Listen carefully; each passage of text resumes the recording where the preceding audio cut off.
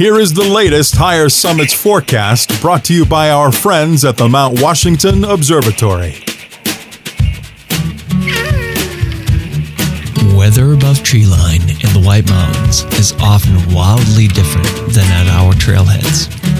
Before you hike, check the Higher Summits forecast at mountwashington.org. Weather observers working at the nonprofit Mount Washington Observatory write this elevation-based forecast every morning and afternoon. Search and rescue teams, avalanche experts, and backcountry guides all rely on the Higher Summits forecast to anticipate weather conditions above treeline. You should too. Go to mountwashington.org or text forecast to 603-356-2137.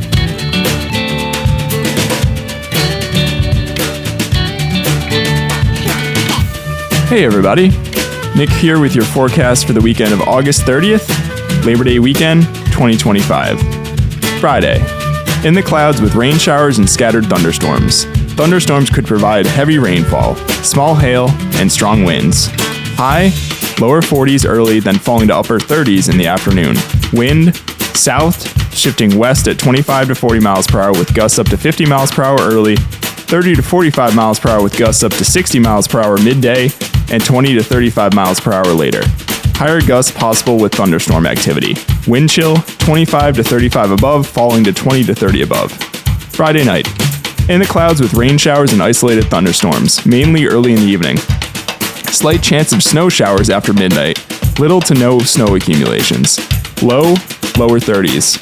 Wind, west, shifting northwest at 20 to 35 miles per hour, increasing to 25 to 40 miles per hour with gusts up to 50 miles per hour. Wind chill falling to 10 to 20 above. Saturday. Mostly in the clouds under mostly cloudy skies. Chance of rain showers and isolated thunderstorms. High, upper 30s. Wind, northwest shifting west at 25 to 40 miles per hour, increasing to 35 to 50 miles per hour with gusts up to 55 miles per hour in the afternoon. Wind chill rising to 15 to 25 above. So not looking fantastic to start the weekend. Be safe, be smart, enjoy, happy hiking.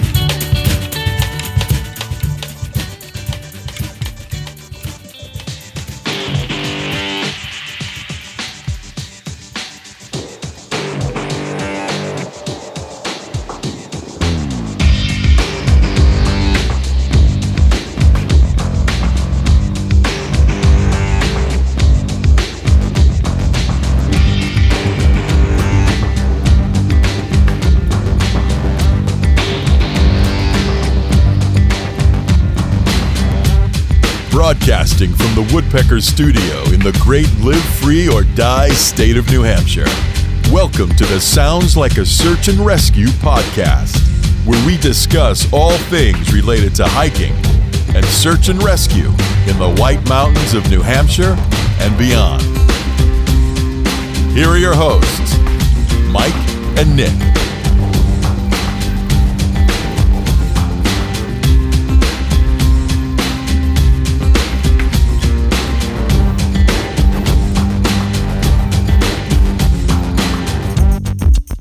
All right, Nick, are you ready?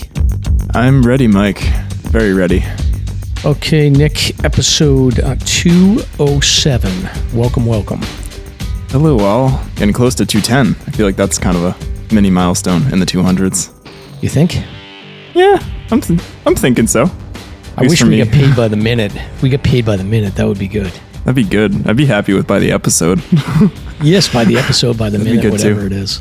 Right. So we are going to, I think we are going to, just for the listeners, we're probably going to move.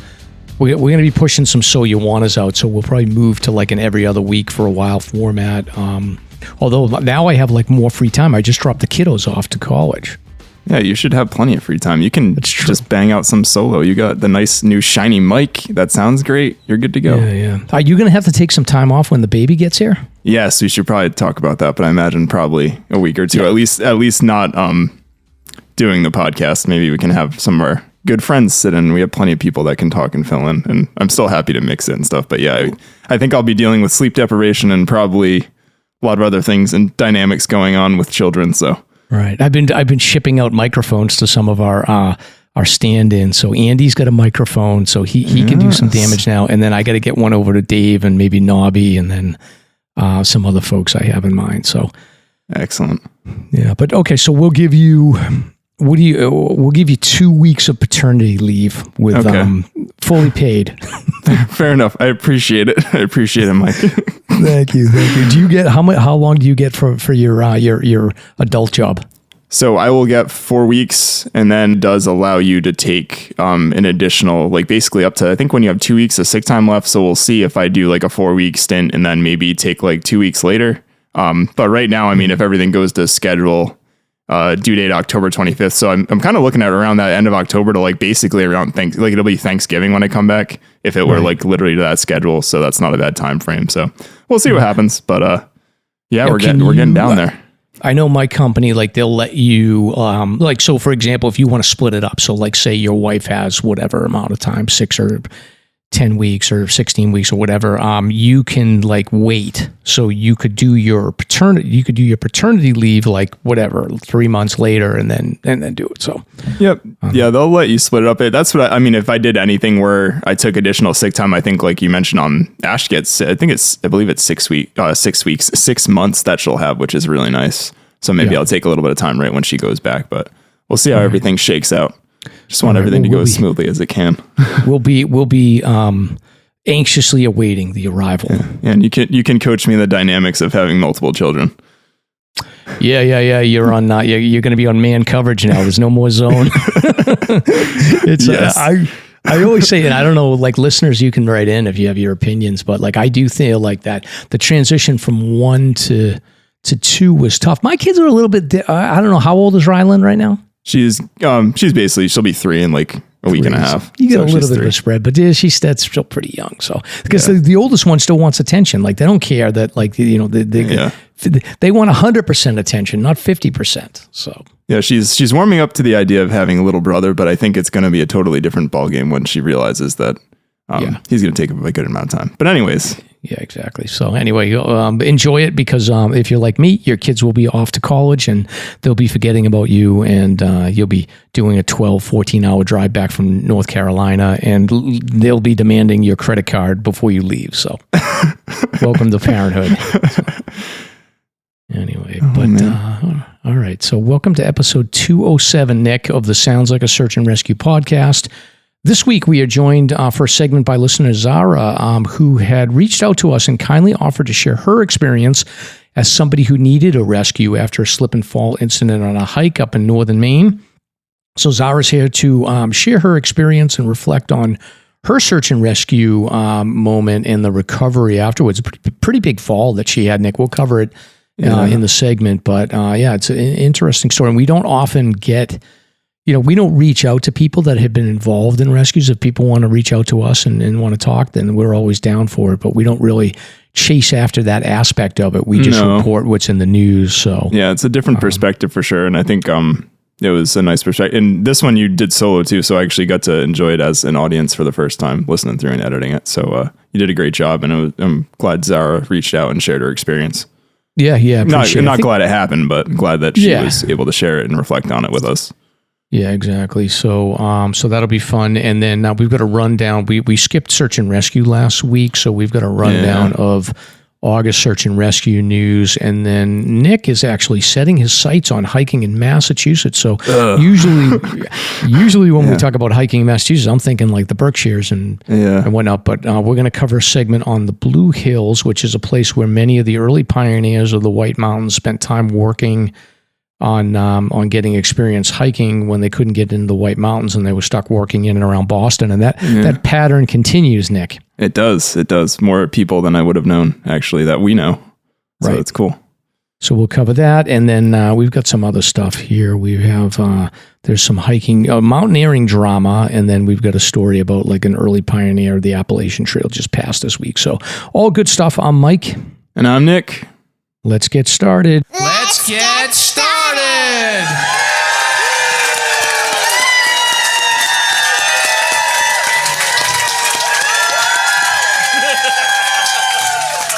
And Nick, let's start off with our friend Christina from Wild Raven Endurance Coaching, and she's going to talk to the listeners for a moment and let them know that if they're looking to get in shape, she is there to help them. Yes, most certainly.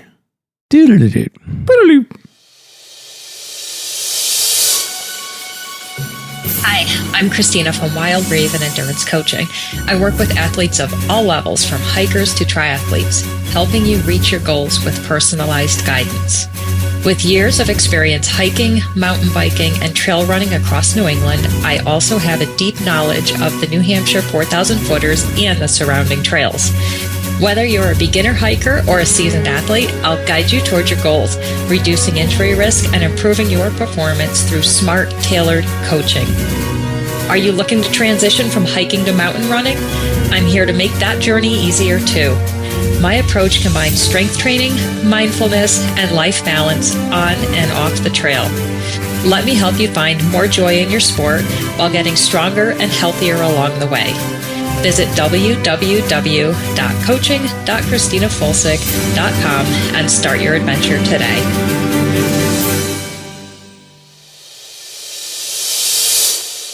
Okay, Nick, Christina is there for the listeners, so reach out to her if you are interested in any of her services. Yep, it's always a good time of year to get into shape. We got the fall temps coming in, so it's good to get out there and do some trail running and reach out to Christina if you want to go that path. Yeah, I got to get back. I got to get back in shape. I've been like intermittent. I was really doing well during that rainy season when we had the 15 weekends in a row, and I was doing really well with like running and exercising. And then the weather got nice, and I've been a little like sketchy, I guess. Inconsistent. I feel like I stalk you on Strava a little bit. You pop up in my feed sometimes. I feel like you're out there most mornings, right? Yeah, most mornings I'm out there at like I've been getting like at least 3 or 4 runs in a week, but it's got to be more consistent. I like having that like 7-8 runs in a row and feeling, or hikes and runs in a row, but I haven't hit that lately. Yeah, hear that. The deers have been out in Woodsum Farm. I've been posting some pictures, and it's because it's been cooler out in the morning. They're out early and they're out and about, so it's been kind of nice. Like I see a lot of wildlife in my morning runs. Yeah, that's pretty. I usually get out after like my stand-up meeting. You try to get out, like take an early lunch, but I'll see deer sometimes, like even 9:30, 10 o'clock, like around here in the middle of the road, just hanging out. They don't hang out too long because I think people hunt them around here. So they kind of like see you and they tend to jet. Yeah. I was driving up from North Carolina, and I was driving from North Carolina, and then I went through Virginia and Pennsylvania. It was dark out. This was actually yesterday, so it would have been Monday. And the deer there, they're like smarter than our deer. Like their deer know to like wait on the side of the road and not run into the cars. But like the Massachusetts deer, they just run into the side of your car. Yeah, we talked about this before. I think was the Jake and Peter episode where it's like even in New Jersey, they like I guess they built like a bridge over the turnpike or something that's actually forested for the deer. But yeah, I agree with you. I feel like even I visited my cousin in North Carolina before, and we saw deer, and they just kind of patiently wait, and they're like, okay. Whereas in Mass, you feel like they're just going to kamikaze effectively into the side of your vehicle, even if it stood still. I've had that happen around here. I had one run right in the side of my car. Yeah. So what we need to do is like trap some Virginia and even Florida is like this too, but trap some of those southern deers and bring them up to the north to train or to breed with the deer. Yeah, good old like a knowledge transfer. They can teach them how to cross roads and all that good stuff. Yeah, exactly. Everybody will be happier.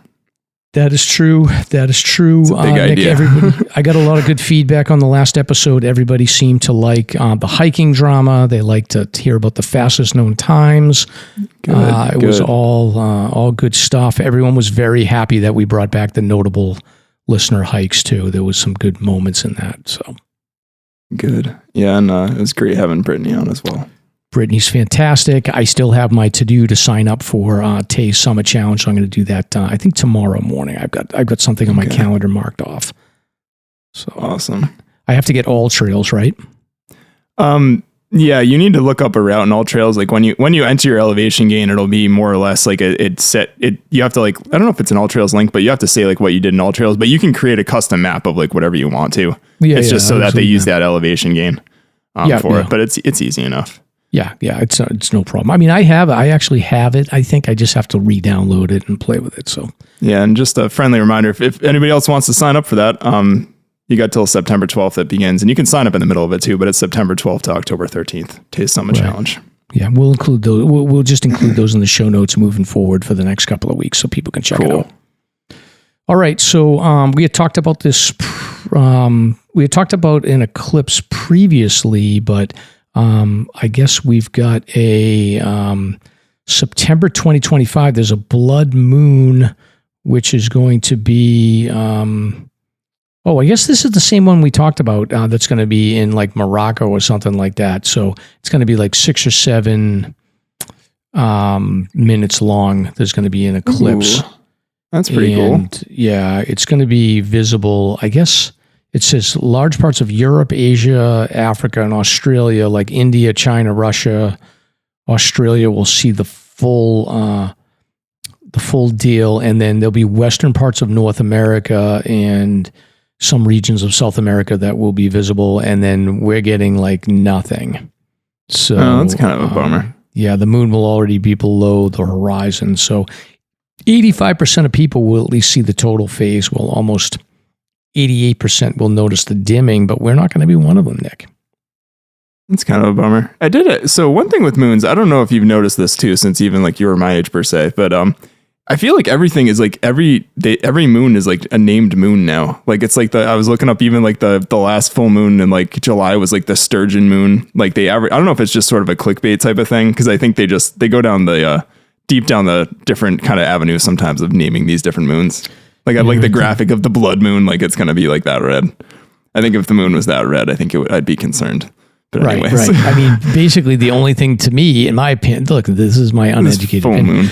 The only thing that like seems to impact the moon to me is when the wildfires in Canada pop off, and then you can see it through the haze. Oh yeah, then it gets reddish. You want to see a reddish moon? Yeah, exactly. So I don't know anything about. Listen, Nick, I'm in bed by that time. There's, every once in a while, like I might wake up if there's like what is that thing called where the sky turns green and purple? Oh, the Northern Lights. Yeah, if the Northern Lights all of a sudden would come down again, like maybe I'll wake up, but that's about it. So. And even then, that's tough to see down here. Like people don't we actually got it like October last year down here, but like I had to do a pretty long exposure on my camera. But yeah, I hear you. Mike's like, I haven't seen a full moon in 20 years. Yeah, I was away when the last eclipse happened. I was away. I was in Europe, I think, so I missed it. So, oh well, I will. Pandemonium. I went hiking in Slovakia instead, so I'll take that. Yeah, that sounds good. All right, Nick. So more updates. We talked about the hiking ban in Nova Scotia. Apparently, it's in New Brunswick as well.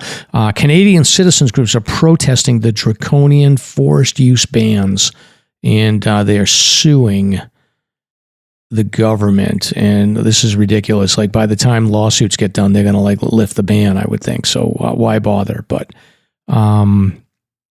I guess there's some legal arguments on why they're suing Nova Scotia, but I didn't hear from any Canadians. I guess we don't have any Canadians listeners in that area. No, I was hoping we'd hear from experience because it seems like an overstepping to me. But yeah, I don't know. It's a lot. Yeah, we'll see. Come to New Hampshire. Come to the White Mountains, Canadians, and you can hike wherever you want. Do not start any forest fires or any nonsense, but you can don't take up any spots in the RMC huts if I'm going there either. None of that. But otherwise, come on down to New Hampshire and we'll welcome you. Absolutely. Open arms.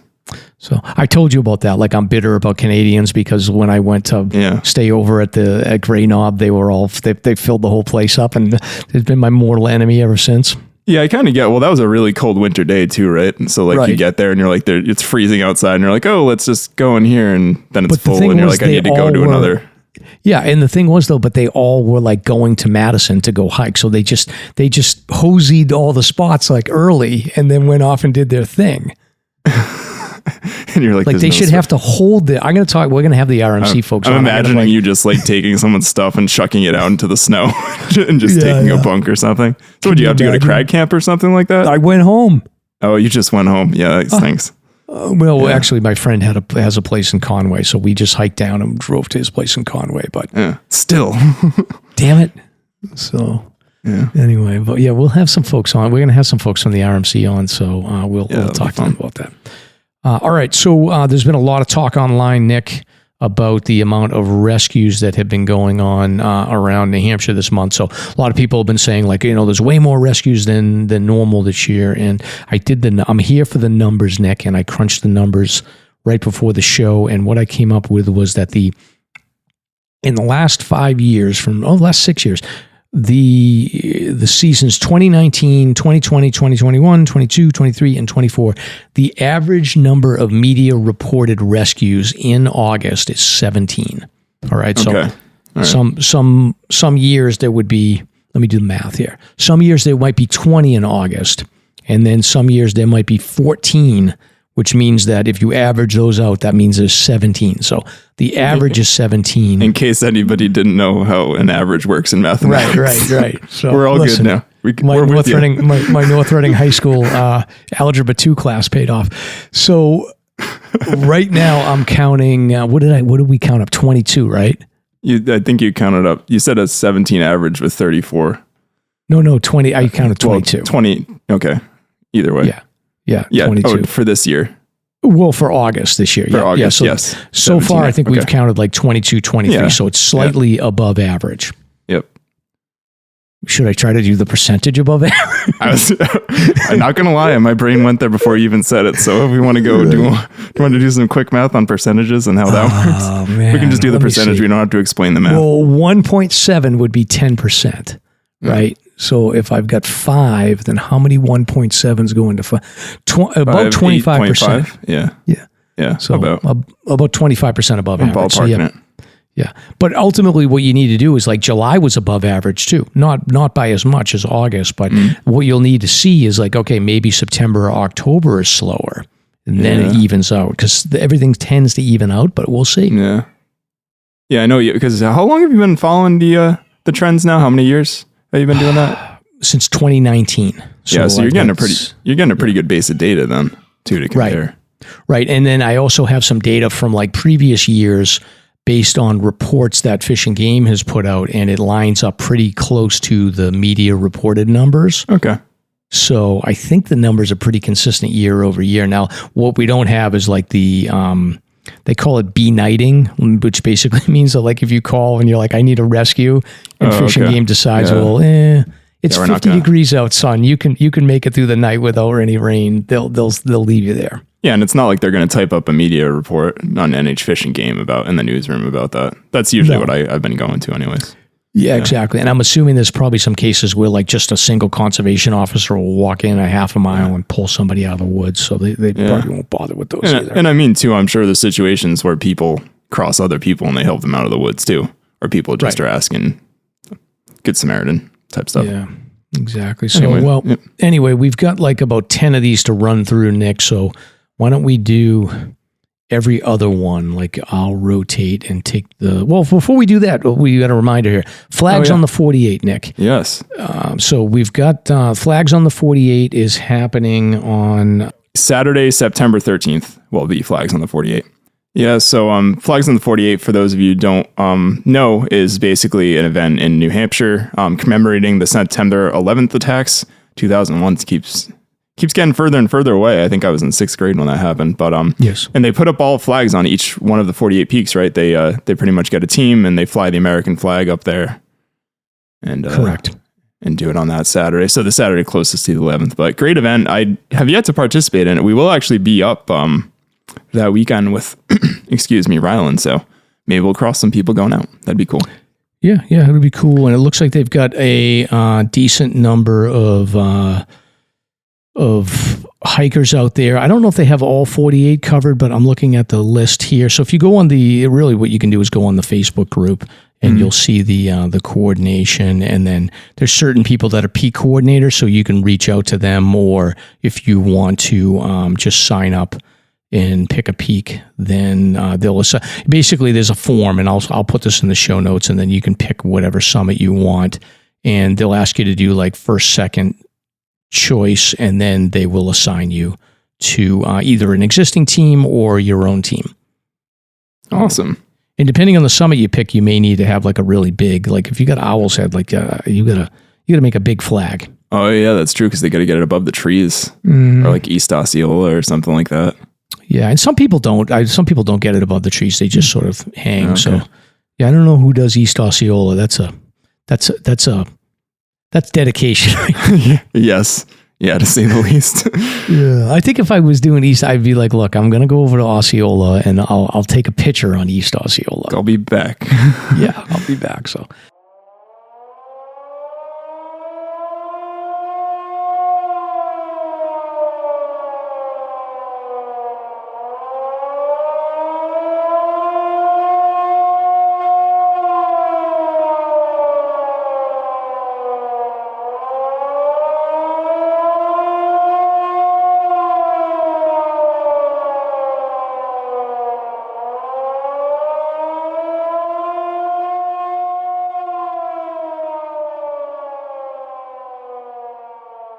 Anyway, all right, so let's get through with these search and rescue stories here, and then we've got some world stories, and then do we have notable hikes? Yeah, we do have some notable hikes too, so let's plow through these here. So starting with the first one here, we've got an injured climber. This happened on Wednesday, August 13th, around 7 p.m.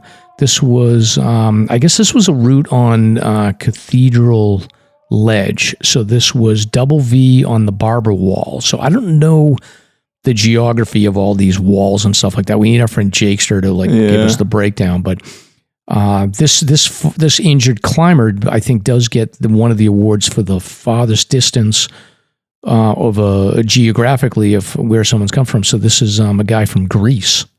Yeah, that's quite a ways. Yeah, he's climbing from Greece. So he fell about 25 feet and hit a ledge below the top of the cliff, and it triggered a pretty serious incident. But luckily, the Bartlett and Jackson ambulance and police department and mountain rescue service, and there was some solo work going on here. So there was solo students that were around to help respond.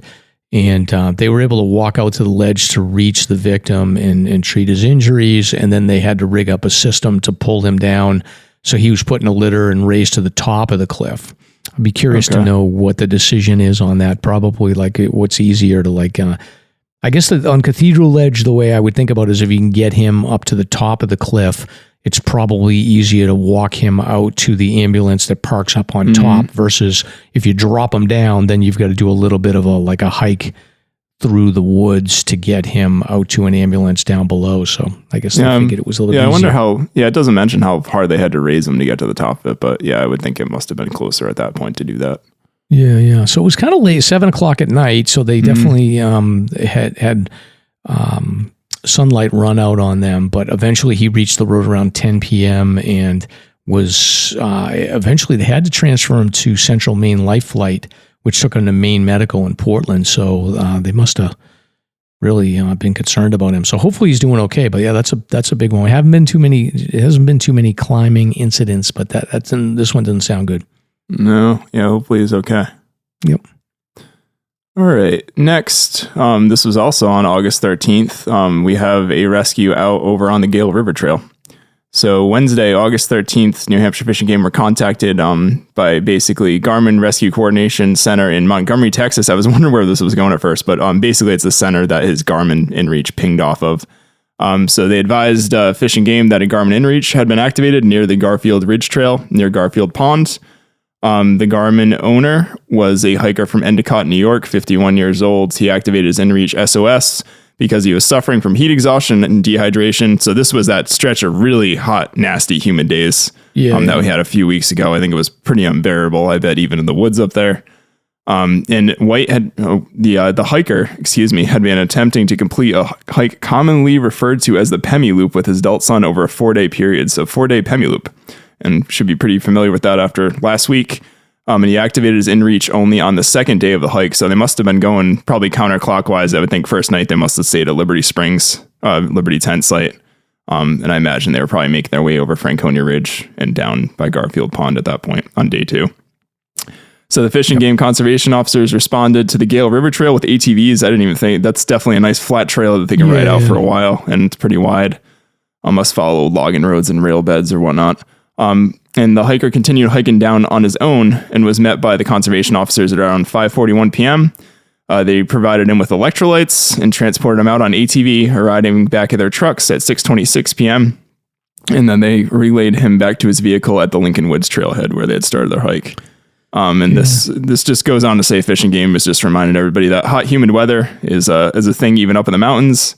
And even if you're doing a shorter day hike, make sure you're going to have plenty of water and electrolytes and whatnot to stay hydrated and to know your limits. So not a bad turnaround time on that one. I mean, they activated at 3:13 p.m. and he was back at his car a little over 3 hours later. So not too bad. I'm sure the ATV helped there because you're right. Yeah. I think that they can get in pretty far there. Yeah, because it's not steep until you hit like, I know I can picture in my head, but there's a couple like areas where it kind of starts to go up and then finally you hit like right near the river. There's that little like view out. You can almost see up to, it's got to be like the Twins or Haystack or something, that peak above the Nubble area. And then it just bangs right up the ridge there. Yeah, and there's some fire roads in there too, but they don't really connect to Gill River. They do more the Garfield. But because you start at 1,600 feet and then you really don't start climbing until, you go probably 2 miles before you even hit 1,000 feet of climbing. Because I think even if you do like Galehead by Gale River Trail, I don't even think it's a 3,000 foot day. No. If you're just doing Galehead, it's pretty moderate for White Mountain standards. Yeah, not terrible. So, well, that's good. I'm glad that he got out of that. And then I've got one here. This is an odd one. I'm trying to do the math on this one. This is an injured hiker from Crawford Path. So this was Saturday at 3:30. Yeah, they had a couple of these that were kind of named differently to try to distinguish them, but similar areas. Yeah. So this was, the department was notified of a hiker who reportedly slipped and fallen between 50 to 100 feet down Mount Pierce near a scenic outlook. The conservation officers responded to the trailhead and began hiking up to assess the situation. Hiker was identified as somebody from Braintree, Mass. And the report says they were 0.6 miles up Crawford Path on a spur trail. Due to her precarious location and rugged terrain, Mountain Rescue Service, Androscoggin Valley Search and Rescue, and Twin Mountain Fire and Rescue were called to assist. Volunteers were able to carry the victim down to the trailhead in an awaiting Twin Mountain ambulance. So I'm trying to figure out like a scenic outlook. She is, I guess, on the recovery here. So next up, Nick. So next up, hiker suffering from unknown medical condition rescued from the Perch shelter. So one of those RMC shelters on King Ravine. Yep. So this was on Sunday, August 17th at approximately 8:30 a.m. New Hampshire Fish and Game was notified of a hiker suffering from a medical incident at the RMC Perch shelter. So is the Perch the one that's right on the edge of the ravine that you can see?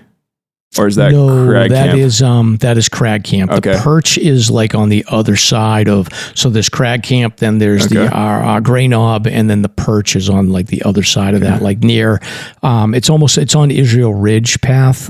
So it's like kind of down below the Gray Knob. Gotcha. I got to get it. I'm going to make a point when I go up to do my late summer fall trail maintenance to come in on Lowe's Path and check out that side. It's worth it. Yeah. It's nice there.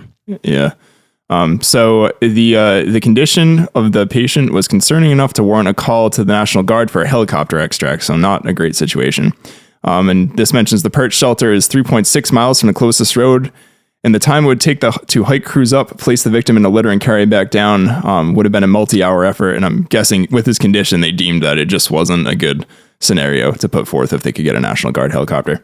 So the helicopter arrived on station around noontime. And they lowered a paramedic who provided immediate medical treatment and secured the patient in a litter. The patient, the patient's father, who happened to be a medical doctor, and the paramedic were all safely hoisted into the helicopter, and then they were flown to Androscoggin Valley Hospital in Berlin from there. Due to increasing cloud cover that might have prevented a helicopter evacuation, conservation officers had actually started up hiking earlier as a just-in-case sort of measure, and a call was made for volunteers of SAR and Androscoggin Valley Search and Rescue to also join up. So they had a backup plan just in case the helicopter couldn't make it in there, so it's a good thing the cloud cover held off. The hiker was identified as a 24-year-old from Chicago, Illinois, and he had hiked up to the Perch shelter on Saturday with family members without incident. They had intended to spend the night at the Perch, and during the night, he suffered from a medical episode that continued throughout the night, early morning and late morning. So not a great spot for something like that to happen. And young guy. I wonder what the medical episode was. Yeah, who knows? It could be allergy or maybe a bad cold or something like that. or sickness. But they did mention that the hiker was prepared with all 10 essentials, and they did have a hike safe card. Good for them. Good for them. Absolutely. Yeah, and hopefully they're feeling better too. Yeah, and continuing the trend of medical incidents, it was another one. So bringing us back to Crawford Path, a 73-year-old hiker from Massachusetts had gone up Crawford Path. They were heading to Mizpah. They had reservations for the night, and about a mile and a half up the trail, the 73-year-old gentleman started suffering from a medical condition concerning enough that they decided to call 911. 73-year-old man with a medical condition halfway or partway up Crawford Path, you call 911, Nick. Yep. So, due to the nature of the symptoms, a response was initiated by conservation officers, EMS, and including a paramedic in Pemi Valley Search and Rescue. AMC staff also came down from the hut with medical gear, which included an AED, which I'm assuming is one of those things that like hit your heart if you need it, Nick. Defibrillator. Yes. Yeah. So there was some good Samaritan hikers that stayed with this hiker to provide support and medical evaluation. And when they did the assessment, they let him rest. They rehydrated him. And he decided to start hiking down with assistance, and he was able to make it to the parking lot. So hopefully I guess he went to Littleton Regional Healthcare to get a look at his situation. If it was a heart thing, hopefully get his ticker checked out. Yeah, it's definitely will get your heart going if you haven't been out in a while and you start going up Crawford Path. Right. Yeah. It's I recommend it for newer hikers that want to get a 4,000 footer, but it's still uphill. Yeah, it's not easy. Yes, by any means, not at all. Relatively speaking. So, all right. Next, another medical emergency. So, medical emergency in the White Mountain National Forest. Title on this one. So, this was Saturday, August 16th, approximately 9:20 p.m. 911 emergency dispatch received a satellite text for a 48-year-old male who was suffering a medical emergency and needed rescue. The coordinates from the text placed the subject on the Sawyer River Trail in the White Mountain National Forest. New Hampshire Fish and Game COs responded to the request for assistance. Numerous attempts to text and call the subject were unsuccessful. So that's funny. He must have got lucky when he texted and it just pinged it, basically, or called it. At approximately 11:50 p.m., the individual who was in distress was located on Route 112 in Livermore. He was a participant in the Jigger Johnson Ultra, a 100-mile foot race that takes place in the White Mountain National Forest. Kudos to anybody who attempts and finishes that. That is a beast of a race. Yeah, I think the weather was like really hot that day too. Yeah, I was going to say it didn't work out super well, I think, for the forecast. The individual who was in distress was suffering from heat exhaustion type signs and symptoms, and another race participant texted 911 for assistance. Okay. The participant was able to make it unassisted to the next race check station on Route 112 at Sawyer River Trailhead, where he was contacted by a conservation officer and then dropped out of the race. So yeah, I mean, it just goes to show you, like, even people are in this kind of amazing shape that are doing these 100-mile ultras. Like, the heat gets to you if you don't hydrate, and even then, I think sometimes it just gets to you. You can be prepared for it, and can really whack you over the head when you least expect it. Yeah, it's been hot lately. So yeah. As you can tell by all these medical emergencies here. Next one here is a very easy one, Nick. Red Hill, which is in Moultonboro. So I think that this is just a little bump above Lake Winnipesaukee. Okay. And there's a fire tower there, so people will do that. So, so yeah, local fire and police responded along with Lakes Region's search and rescue to a injured hiker. It was about a half a mile from the trailhead, hurt his ankle, and they needed to do a litter carry out for this one. So I guess he's just slipped on a loose rock while descending from the summit, and that was it. So easy one. Thank you, Lakes Region Search and Rescue. Yes, thank you, Lakes Region Search and Rescue. So next, we're going to August 23rd, injured hiker carried down from Mount Moriah. So Saturday, August 23rd, approximately 5 p.m., New Hampshire Fish and Game was notified of an injured hiker on the summit of Mount Moriah. The hiker was identified as a 22-year-old from Kittery, Maine, and was ascending from the summit when she slipped and suffered a lower leg injury. She was unable to place weight on the leg or continue on, so her hiking companion called 911 for assistance, and being 4 miles from the trailhead, a rescue response was initiated. Yeah, she must have did it basically at the top. Yeah, they mentioned kind of near, but she literally must have been like right at the summit. She like that, that little chimney that you have to climb up there. I bet you she was going down that, and because that's sketchy. My brain went there too, Mike. I wonder if she was coming up the Carter Mariah side, or if she was cut. Well, I guess I should say it's all Carter Mariah Trail, but yeah, if you're coming up from that opposite side over the summit, like if you were heading like I guess northbound still. Yeah, that's a nasty little section. I had forgotten about that until I was up there in September last year, coming from what is it?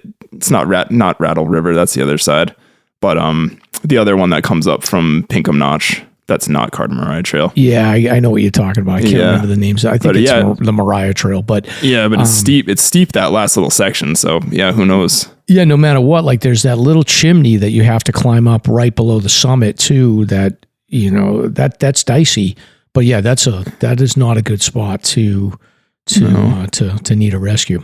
No, so being nearly 4 miles from the trailhead, they basically initiated a rescue response, fish and game, volunteers from SAR and Lakes Region Search and Rescue getting up north this time to that one, both responding. And while waiting for the crews to arrive, her companion carried her for nearly 3/4 of a mile down the trail. Wow. Good on you for doing what you can while you can. That is not an easy trail in either direction to carry someone 3/4 of a mile. Andre the Giant or something? That's when I'm like, yeah, their hiking companion must have been jacked, to say the least. Yeah. Either that or she weighs like 10 pounds. Yeah, I don't know. Even if they weigh like 100 pounds, that's still a lot to go down trail. Yeah, but man, good for them trying to get out. The first rescuers reached the injured hiker at 9:18 p.m. Her injured leg was placed in a vacuum splint. So I'm imagining that's one of those like blow up probably splints that they can just wrap around it. And she was placed on a rescue litter. The rescue crew started carrying her down at 10 p.m. After a 2-mile carry out, they arrived at a waiting ATV at 12:20 a.m. So they must have come down that other side then if they got an ATV, because you would not be able to get an ATV in from like where the Gorham one starts. She was transferred to an ATV and driven down the remaining 1.25 miles to the parking lot, arriving at 1 a.m. on Sunday. So kind of a late night rescue for that one.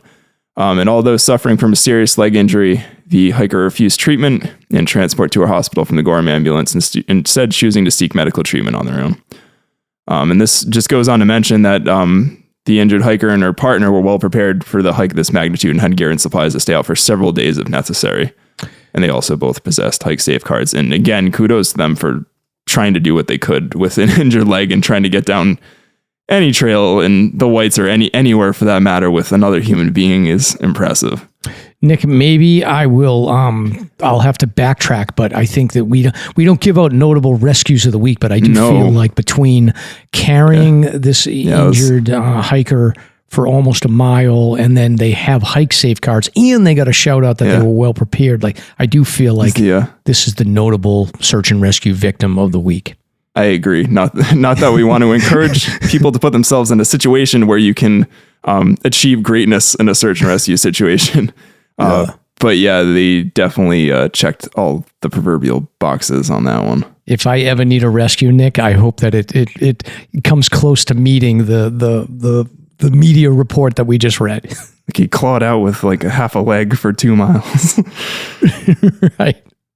All right. So Saturday, August 23rd. So this is this weekend here. So 5 p.m. This is Arethusa Falls. So 46-year-old hiker from Quincy, Mass. was hiking with 9 family members. Arethusa Falls, Nick, is a great family hike until you trip and break your leg, and then you need to call 911. Yeah, it's not good. We did it in the winter as a family, but yeah, luckily nobody tripped or anything. Yeah. Yeah, I did. I took the kids out there a long time ago, but that was a long time ago now, Nick. But anyway, so this 46-year-old hiker was hiking with a group of 9 family members, and as they were returning, she injured her ankle. There's no cell service in that area, so a member of the group hiked out and placed a call to 911. Nick, if you had 9 family members with you, and one of those family members got injured, who do you think would be picked to hike out to get the cell service? Would it be you or would it be Ashley? I'm going to go with probably me.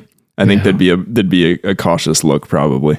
It would be Amy or Ash for sure. I think Ash's sister Hannah would probably be next in line.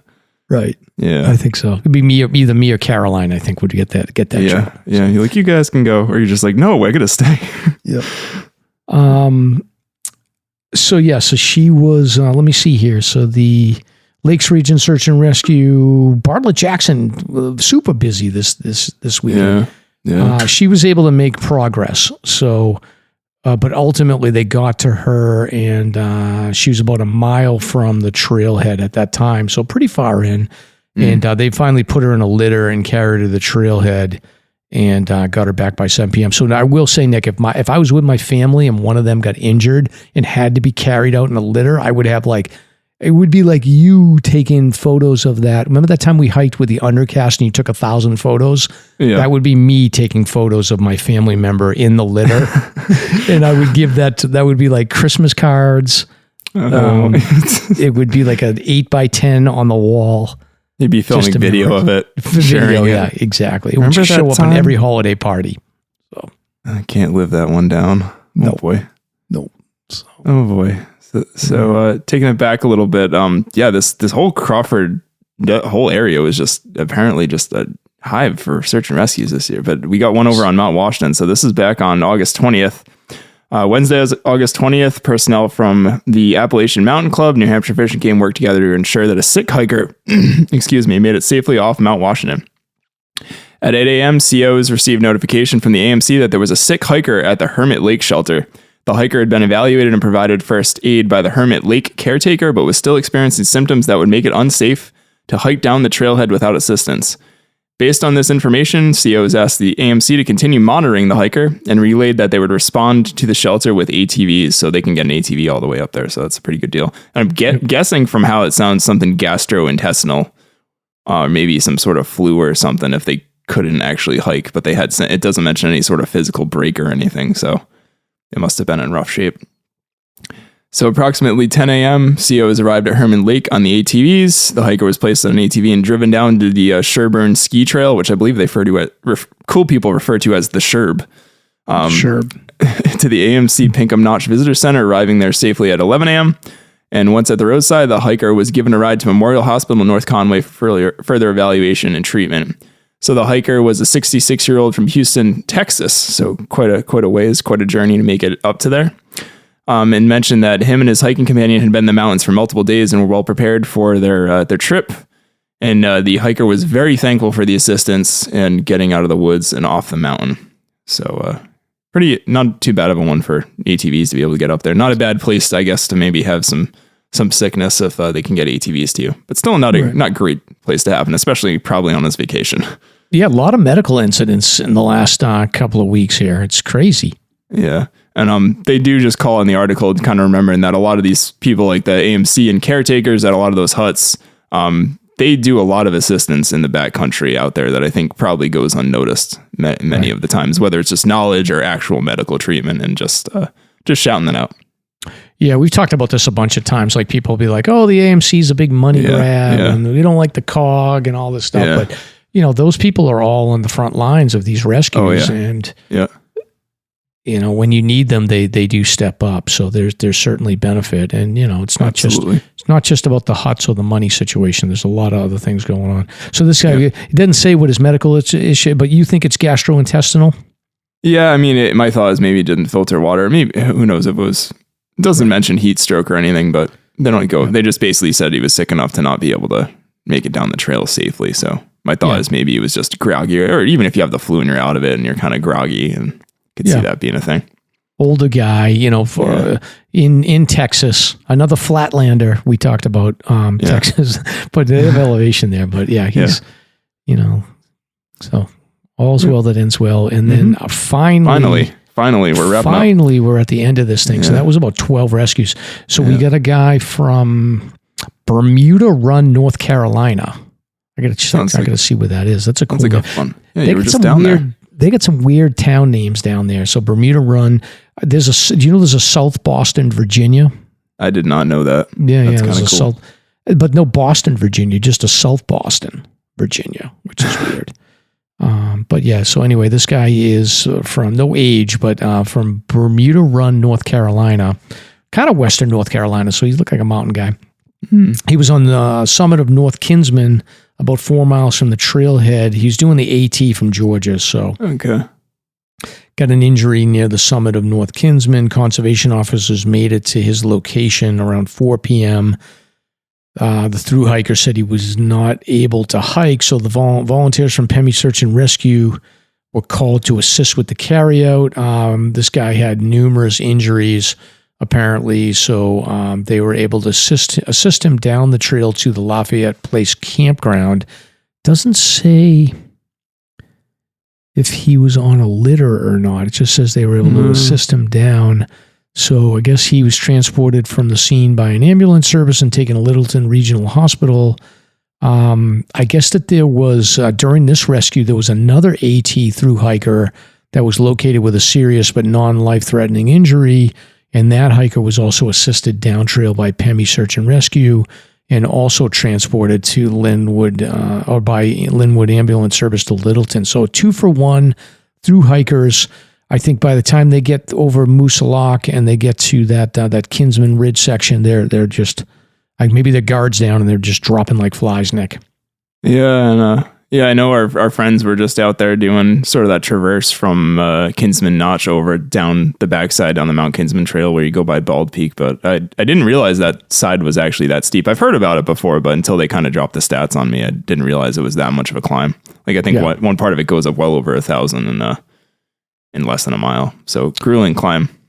Yep. So hopefully those thru hikers are feeling a little bit better and they're on their way to Katahdin. And that's all we got for local stuff here. So like I said, it's trending a little bit above average, but it's not out of control. So we'll see if the levels out for the year. I'll crunch my numbers in a couple of weeks. So Nick, moving on to some national and worldwide stuff here. So there's a mountaineer. His name is Marco Confortola. Yes. Can you say that in Italian? Confortola.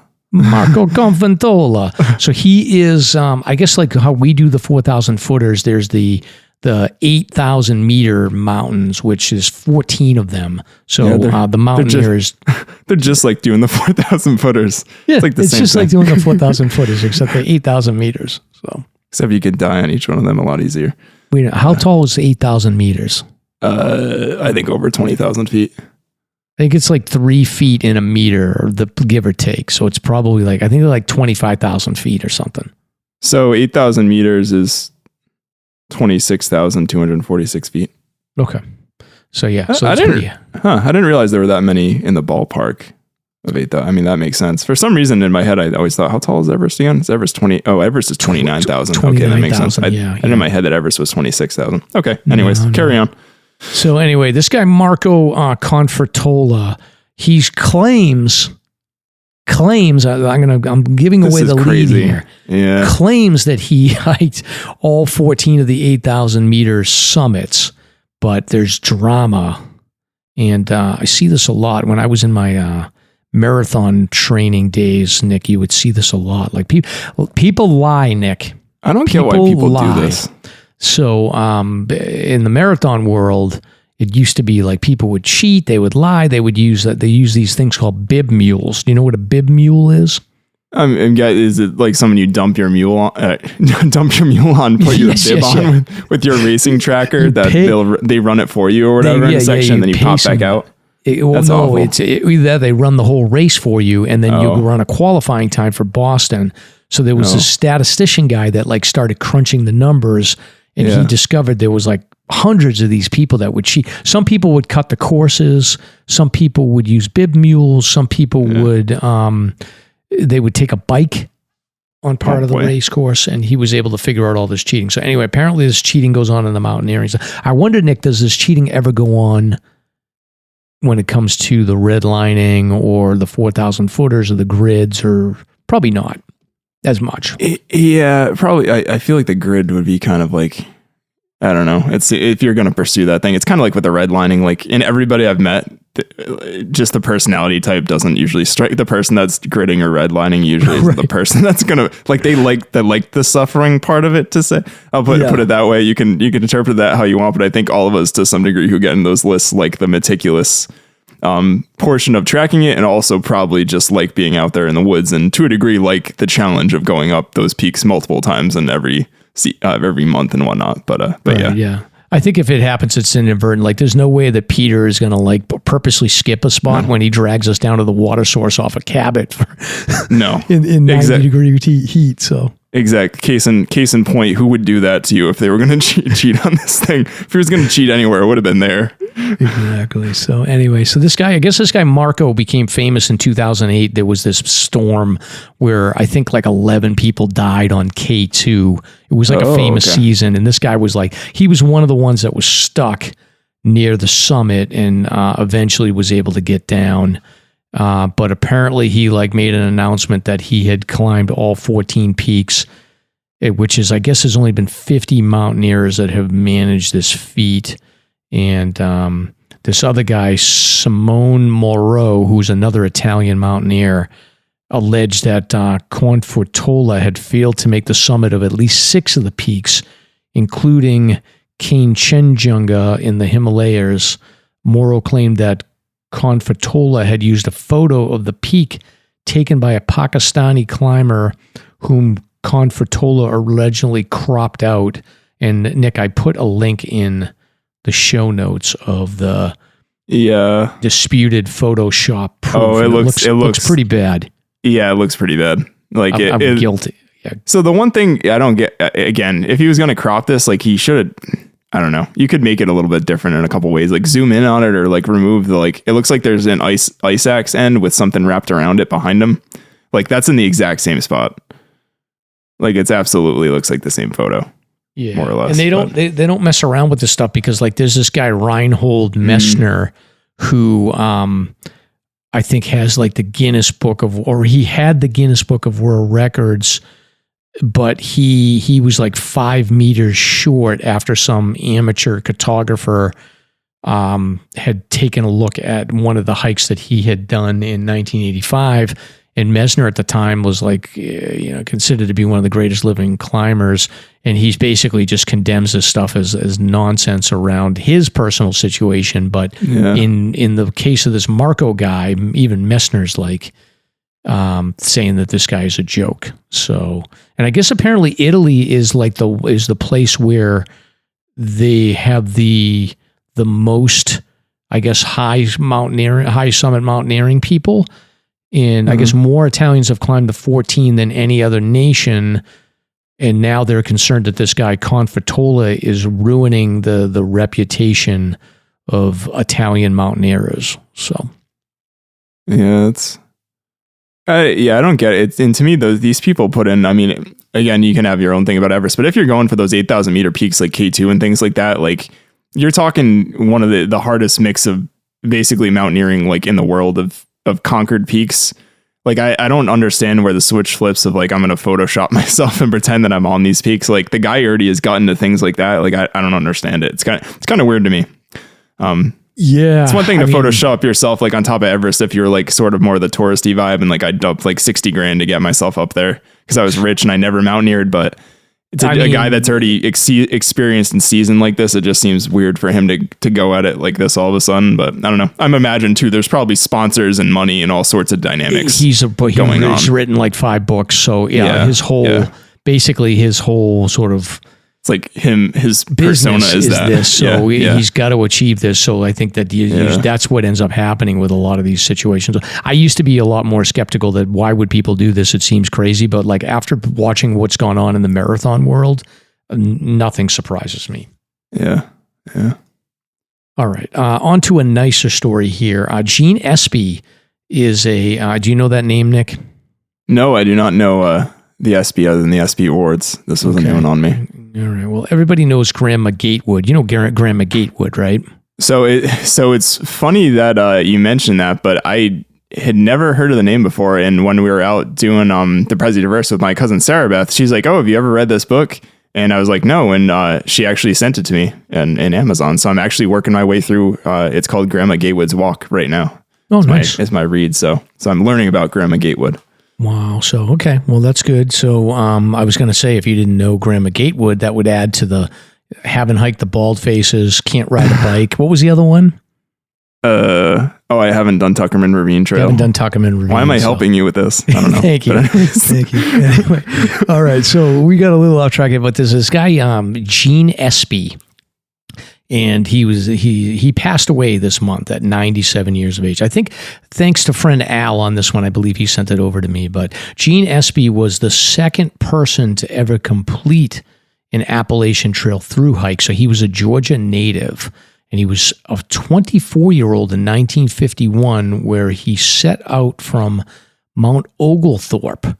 And he was inspired to set out on his hiking adventure by reading about Earl Schaefer's pioneering trek a few years earlier. So Earl Schaefer was the first person to do the entirety of the Appalachian Trail, or what was the Appalachian Trail at that time.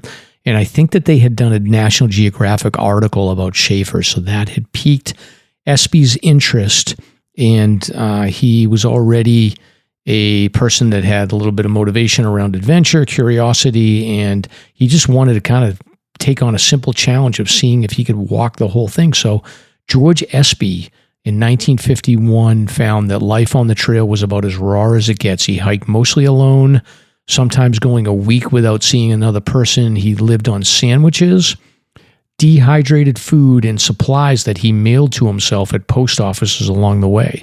So he was the original drop boxer, Nick. Yes. Yeah. I mean, it must have been quite more of a process to plan that out back then, I would imagine. Yeah. I guess a little bit it was. All the post offices and all that. Yeah. And he would wing it a bit. Like the way that he communicated is he would get into the towns and he would spend a lot of time at the post office, but he would find postcards. And he would write back home and check in every. I'm still alive. Yeah, I'm still alive. So every week or so.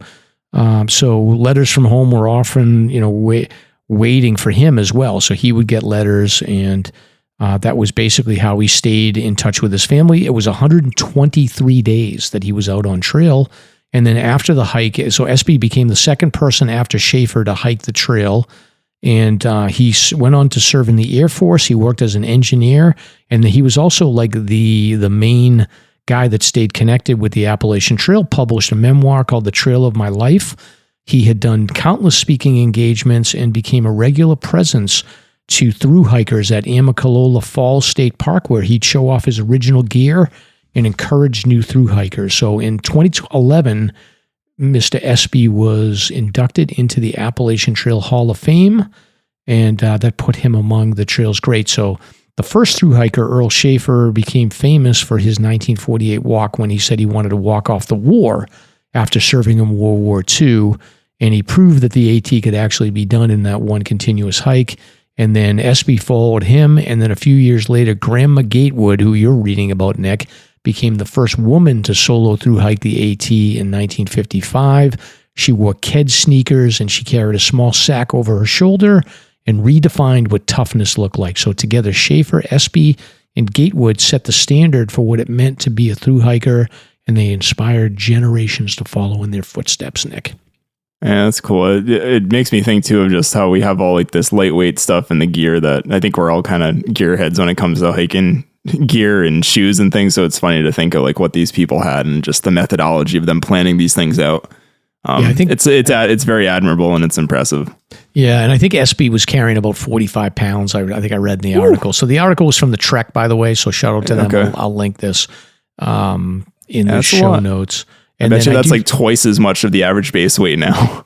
Right. Yeah. More. I mean, my base weight is like 14 pounds or 13 pounds. Yeah. So Grandma Gatewood, you'll read about her. I think that there was another lady that had actually hiked the trail before her, but had not done it solo. Okay. Like maybe done it with her husband or done it with some friends or something. Cool. So, all right. So gear review. We're running behind time, so we're going to skip the dad joke. Music Minute, Nick. This is your moment. All right, so I'm keeping it back. So this is a new album, but it's a live version of an album that came out a bit back. So Hail to the Thief, live recordings from 2003 to 2009 by Radiohead, and this came out last week, 2025. So it's a new live album that sees the band reflecting on their sixth studio album, Radiohead's Hail to the Thief, and it's comprised of performances of the songs off the album in London, Amsterdam, Buenos Aires, and Dublin between 2003 and 2009. The album was mixed by Ben Bapty and mastered by Matt Colton. I have to say, for a live album, it sounds pretty good. A lot of times live music is kind of hit or miss, but it's well done. So I imagine they went through the catalog and kind of saw what they had and picked the best. So speaking about the new live album, the frontman of Radiohead, Tom York, who evidently recently co-created a critically acclaimed Hamlet, Hail to the Thief, which I thought was kind of an interesting aside. A frenetic adaptation of Shakespeare's Hamlet, said that in the process of thinking how to build arrangements for Shakespeare's Hamlet in the Hail to the Thief theater production, he asked to hear some archival live recordings of the songs, and he was shocked by the kind of energy behind the way they played. He barely recognized basically how they sounded, I guess, in their enthusiasm at that age, and it helped him find a way forward. And then as a band, they decided to get the live recordings mixed and released, since they were just sitting there and literally not being released to the public. They said it's been a very cathartic process re-releasing them, and they hope everybody enjoys them. So Hail to the Thief, I really enjoy this album in particular by Radiohead. I probably listen to Hail to the Thief and In Rainbows more than most of their albums, but I'm kind of a fan of their entire catalog. Probably one of my favorite bands. Have you seen them live, Nick? I've seen them live 3 times. So the first time I saw them, actually was in this time span. It would have been 2008 in the US, but and kind of felt I had a girlfriend in high school at the time that was into them, and I got into them from there. So kind of my Radiohead backstory. Have you listened to Radiohead, Mike? I do, yeah, I do actually like Radiohead. Matter of fact, I've seen them in concert in the 90s. Ooh, in the 90s. In fact, I was thinking about this as I was looking at the script. So I saw Alanis Morissette. I was, at the time, I had some friends that were big into Alanis Morissette. This is before I started dating Mrs. Mike, I think. Okay. Right around that time. But I saw Alanis Morissette at Brandeis University. And then it was a great show. And then I remember the same group of people that I went to see Alanis Morissette at Brandeis wanted to go see her again at the time Great Woods or Mansfield. Yeah. And I'm pretty sure, I'll have to double check this, but I think Radiohead was her opener in 96. Yeah, that probably would jive with the time period. But that's a crazy curve. Over here. Yeah, because Alanis Morissette was not, she was completely unknown at the beginning of the year. And then by like the summer, she was headlining a tour, and Radiohead was opening for her. It's crazy. Yeah, maybe we'll throw out Jagged Little Pill in one of these music moments. I know there's a lot of interesting factoids behind that, but I actually saw Radiohead again. We only live like 20 minutes from there, but Mansfield, Great Woods, Xfinity Center, whatever you want to call it now. But I saw them in high school and kind of took her from there. And at first, I was listening, and I'm like, I don't know about this band, and they kind of grew on me. But yeah, Hail to the Thief came out in 2003 originally. So it's not like it was for an anniversary or something. I just thought it was cool. They just dropped this and were like, and you could get it for free, like on their website. You didn't even have to pay anything for it, or any of your music streaming platforms of your choice. You can find it. So the singles off this album, when it came out, There, 2 + 2 = 5, Go to Sleep. There is probably probably my favorite Radiohead song. I'll go out there and say that. Really love that song. And I actually nerded out a bit. I do have vinyl here and have a stereo up in the office that I listen to music when I'm not in meetings and stuff. And I actually they have like a blue colored vinyl that I thought was really cool of it. So I actually ordered that, and I'll be waiting on that arriving in the mail eagerly. So, all right. Well, you've inspired me. Like I used to be into them. I listen to the Bends and OK Computer. I kind of stopped paying attention to them a little bit, but maybe I'll go back and if you liked OK Computer, you definitely would probably like a lot of what's on Hail to the Thief and stuff. Yeah. Very good. Very good. Cool. So, Nick, if you want stickers, you can get those at Ski Fanatics or Spinner's Pizza Parlor. And then if you want to buy Slasher swag, you can check us out at our online bonfire shop. Choose between our super popular hoodies, classic or V-neck tees, and more. The color selection is great, and they're priced to move. So help spread the word about Slasher and represent today. Yes, the hoodie season's here. It's coming back this week. It is. And then if you want to show your support for the podcast, you can donate to Slasher's Buy Me a Coffee. Donations help us pay for web hosting, distribution, live events, and equipment. So go ahead and toss us a coffee.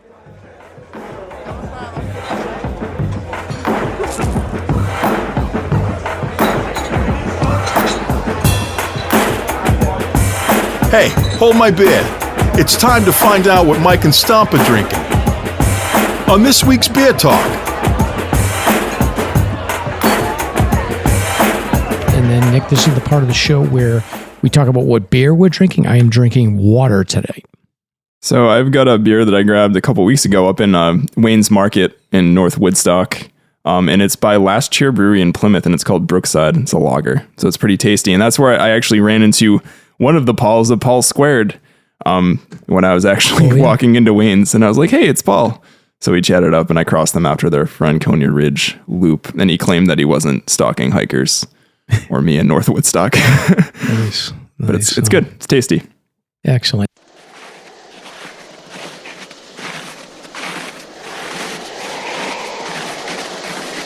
I knew we should have gone left back there.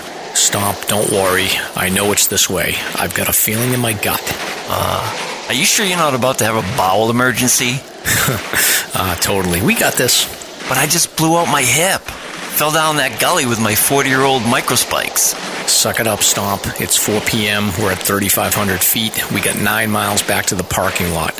Your leg may be broken. We got no cell connection, and we can't feel our fingers. But we're finishing all of my list tonight.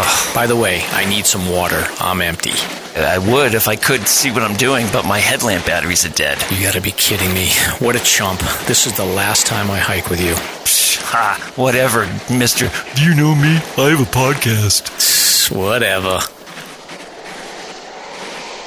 Let's find out what Mike and Stomp have been hiking. And then this is the part of the show where we do recent hikes, Nick. I have not done any hikes. I am going out to do I'm going to do a section of the Appalachian Trail in Maine, and we're going to go over the Bald Pates and do about a 10-mile section this weekend with a couple of guys. So I'm looking forward to that. And Nice. I think for you, Nick, we're going to skip over notable hikers of the week. We'll do those in the next episode because we're running on time. But why don't you talk about your recent hike, and then you can do the deeper dive. Sure. So I got some vacation time stacked up because just haven't taken a long vacation, I guess, this summer, and kind of knowing that I'm going to be out later in the fall. So I figured it was as good a time as any this Friday to take a day off with my daughter, Rylan. And we were looking for a place to hike. I've been to Wachusett a bunch of times with her, and it was funny. Ash actually said to me, she's like, "Why don't you guys check out the Blue Hills?" And it's funny too. Like, this is just like me in a nutshell. But I'm like, I don't want to go near Boston. There might be traffic. Like, I'm kind of like whining about it. And she's like, "There's not going to be traffic if you go like 9 o'clock in the morning." And like bring her. And my wife was completely right. Ash was right, and I'm glad she suggested it. So kudos to Ash, and also my buddy Wilkie's been like, "You need to check it out." But yeah, we checked out the Blue Hills. Let Rylan hiked on her own for, I think she made it about 2.5 miles and 750 feet. I was clocking her as the stats with hiking. I always am, and just kind of seeing what she could do. And we really took our time. A lot of M&Ms, a lot of trail bars, oatmeal squares, different things like that. And we basically made it from the western side near Great Blue Hill. There's like a trailside museum over there. And we went out to Hancock Hill, and we kind of basically went up I think it's like the Skyline North Trail, or Skyline Loop North, and then we kind of came back over south. And pretty much by Hancock Hill, I put her in the pack because she was definitely getting a little cranky, even though she claimed that she wasn't cranky. and we made a little bit quicker time back over some of the subsequent hills on sort of that southern little end over there. And we did go back up and over Great Blue Hill because she wanted to see the tower again and go up there. So we had a fun day. It kind of surprised me with some of the terrain actually is pretty rugged, pretty rocky. Ledges and scrambles, definitely comparable to something like Wachusett. And being kind of how nerdy I am with hiking, like I feel like we all are who do the podcast, and a lot of us who listen to the podcast, I was kind of just curious about the Blue Hills and kind of where it came from. And I had no idea how big this place was. Like in my mind, I'm like, oh, it's got to be like Wachusett, but it's actually like Wachusett. I was looking, the Wachusett reservation's around 2,000 acres. This is like 7,000 acres. Wow. So much bigger than I anticipated. Have you ever been down to the Blue Hills, Mike, or is that like you don't go south of Boston because you're in North Shore and I don't, you got New Hampshire? I don't do anything. I mean, if it's south of Burlington, I'm not touching it. But But no, I never have been. But I've heard good things about it for sure. Yeah, and I mean for proximity. So for me, in around Rehoboth, it's actually about 40 minutes without traffic. We made there, so it's not that bad of a ride if you're not hitting traffic, which is about half the time to go to Wachusett almost. So that was a nice thing. But I can see like if you're north of Boston and you're kind of on that New Hampshire, you're past Boston and New Hampshire's north of you, I can see you not ever really wanting to go here. Yeah. But anyways, a little deeper dive on the Blue Hills. So we mentioned this earlier, but I was really surprised how many people were like, I shared some photos. I'm trying to share a ton of our daughter on Instagram and stuff in socials for reasons, but I get some cute pictures of her and we were having a blast together, had a fun day. But a bunch of listeners reached out to me being like, oh, like with recommendations for the Blue Hills and being like, oh, like I go there all the time, or I kind of train here for the whites. So while we are a New Hampshire hiking podcast, I think it's worth mentioning that a lot of us are massholes, and a lot of people that probably listen to this podcast frequent the Blue Hills quite a bit. Yes. So a little history and geology and stuff on the Blue Hills. So the Blue Hills create an east to west ridge rising from 160 feet to just over 600 feet at Great Blue Hill, basically south of Boston, more or less. And it actually was formed 440 million years ago. So during the supercontinent Gondwana, which I always thought was Pangaea, but I'm not going to go into that right now. Different things, I guess. And they were mentioned that this area looked nothing like it does today. And at the time, there was actually a large conic volcano that dominated the surrounding landscape around Boston, much like those that we see today in the Pacific Northwest. And they mentioned that once the volcano erupted, it spewed ash and magma onto the surrounding areas. This erupted magma, which is actually technically called lava, once exposed to the air, cooled rapidly. And this process basically gave minerals time to crystallize. And as a result, the rock that makes up most of Great Blue Hill in the Blue Hills, called Blue Hills granite porphyr, has basically forms and kind of gives it that blue hue and formed the Blue Hills as we know them today. And a lot of this rock that it was basically formed from this volcano actually is responsible for the Quincy quarries and a lot of the quarries that you see around the Blue Hills area, which makes sense because it's very rocky. What I found interesting is that when you go the Neponset Riverside and then you go all the way up to Quincy quarries, that's about 10 miles, but you can actually get through the trail system. You can get from one end to the other. Oh yeah, it's really which is crazy. Like, yeah, I mean, there's I think our friend Andy of the So You Wanna Slides episode was mentioning that he had frequented the Blue Hills and mentioned that you can do a sort of traverse that's actually like a pretty legitimate amount of mileage and elevation gain, like considering you're like 12 miles outside of Boston. Like it's pretty impressive. In my head, I thought it was a lot smaller area, but that's just me probably being snobby and not wanting to go near Boston. Right. But anyways, so yeah, all formed basically by an ancient volcano. And eventually this area in the modern day was established as the Blue Hills Reservation in 1893. And it was a key component of the Metropolitan Park system that was championed by Charles Elliott. So the observation tower and stuff is actually named after him up there. And they mentioned that indigenous peoples inhabited the area for millennia, later naming the region after the distinctive bluish hue of the hills caused by rhybeckite granite. There's all geological terms that I'm probably just butchering left and right here. The Blue Hill Meteorological Observatory was founded in 1885, and it's a National Historic Landmark. It's situated on Great Blue Hill. We did walk by it. The trail to it was kind of closed, but we did check that out while we were up there, and it was pretty neat. And they actually have a little website, sort of like the observatory on Mount Washington, except not as impressive. But it's kind of cool. You can see the Boston skyline. They do like air quality alerts and stuff. So a little background on Charles Elliott, since I really wasn't familiar with this gentleman. He lived from 1859, passed away in 1897, so a little around the turn of the century. And he was an American landscape architect, so kind of an interesting niche there. And he was known mostly for pioneering principles of regional planning, naturalistic systems, approach to landscape architecture, and laying the groundwork for conservancies across the world. And why we probably care about him here in Massachusetts is that he was instrumental in the formation of the trustees of reservations, the world's first land trust, and it played a central role in shaping the Boston, Massachusetts Metropolitan Park System. So I believe they call it like the Green Ring or something like that. Green Belt. Green Belt. Thank you, Mike. That extends all around Boston. And I haven't checked out many of these parks as kind of a plant nerd and stuff too. I'd kind of have it on my list to go there. But he was basically kind of the guy who was instrumental in getting all this kind of implemented and happening back then. So pretty cool. Yeah, I could say the Greenbelt properties, at least up in the North Shore, I mean, they're just absolutely fantastic. Like the trails I run on in the morning, some of those are part of the Greenbelt system. So essentially what they'll do is they'll work with local communities to purchase land that might otherwise be developed, and they'll use it for open space and trail systems and whatnot. So I know around the North Shore, there's like dozens of greenbelt properties. And they're not all strung together or connected, but there are some that are pretty well connected. And it's pretty cool. And I will say that as I've done research over the years on different AMC documents from the 1800s and the early 1900s, one of the things that the AMC documents capture really significantly is these like monthly meetings of the AMC chapter in Boston. And in those chapter summaries, they talk about the trips planning that they do in the trip reports. And there's like consistent like weekly hikes in the Blue Hills. So that's really where everybody met.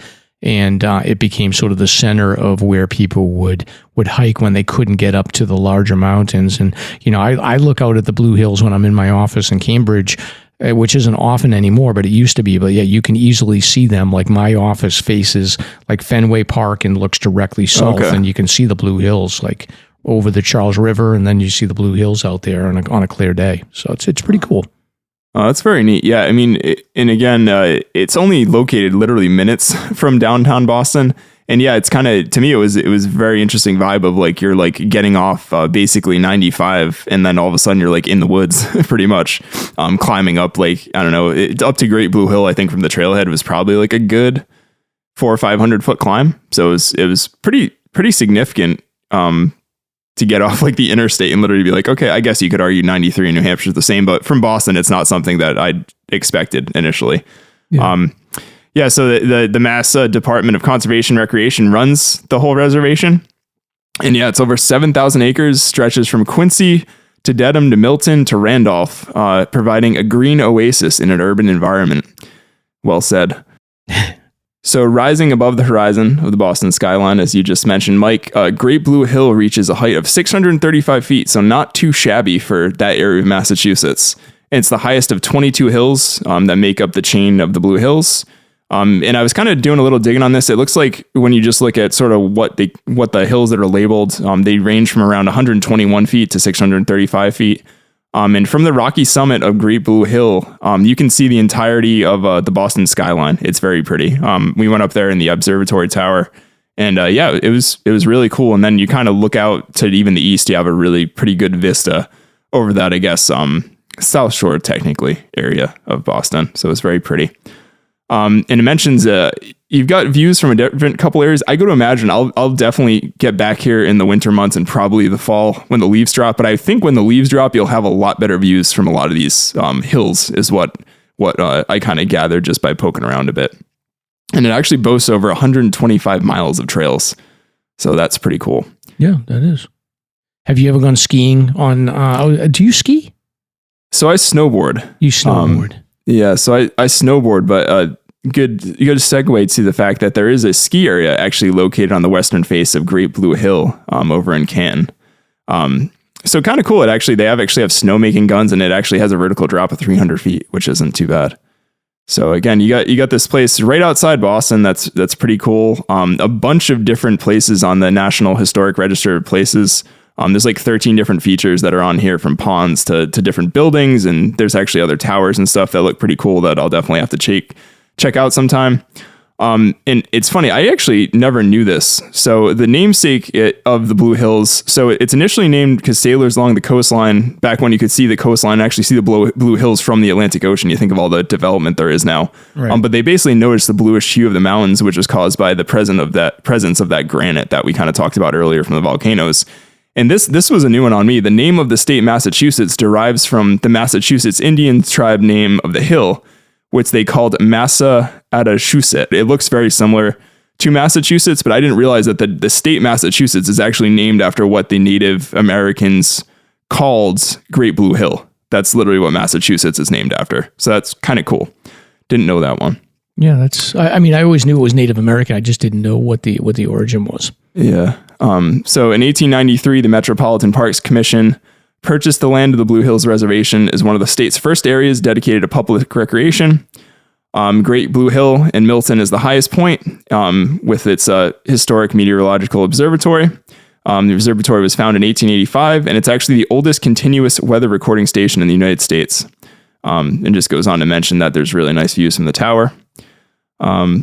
And there's also, I missed this when we were there, and I kind of wish we had checked it out because Ryland loves animals, but there's actually a trailside museum, which is operated by the Massachusetts Audubon Society, kind of right near where the Trailside Museum is on the western side of Blue Hill. And this museum's been operating since 1959. It was actually initially operated by the Boston Museum of Science, but then the Mass Audubon began taking it over in the 70s. So pretty cool. A lot to check out there. A lot of history to dig into. And I thought it was just really fascinating that it's that close to Boston and kind of that whole area. And not too far from us. I kind of definitely have been missing out a little bit on this one. And I'm sure it'll come in handy for staying closer to home and racking up some elevation for the Taste Summit Challenge. So yeah, you piqued my interest for sure. Maybe I will break my rule and go south of Burlington for once. Yeah, it'd be a good meetup spot sometime. Could be.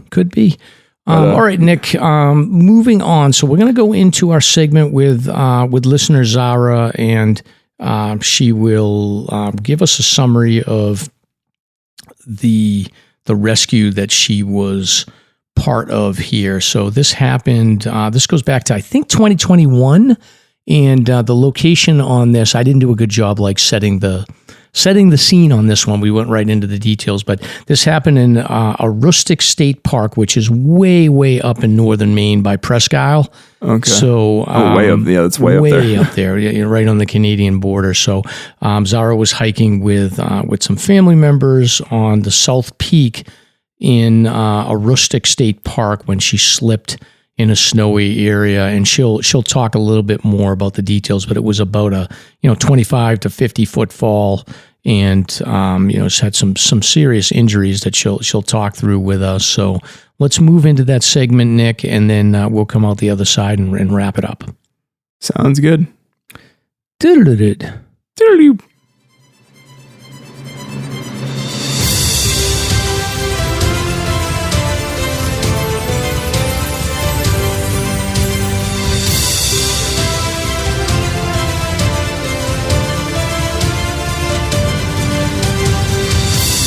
It's time for Slasher's Guest of the Week. Very cool, very cool.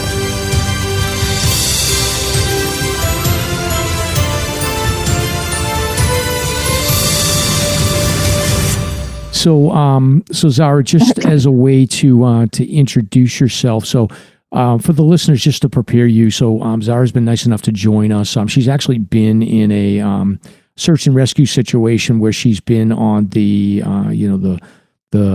side of the rescue where she's getting carried out. So we got a chance to talk a little bit about that angle of search and rescue, which we don't do too often. So I'm excited to hear her story. But Zara, why don't you start off, if you could just introduce yourself and give a little bit of background about your sort of hiking experience and just a little bit about yourself for the audience. Sure. Hi. My name is Zara, and I was a hater of hiking for actually a very long time. So I started liking hiking back in around 2016, 2017.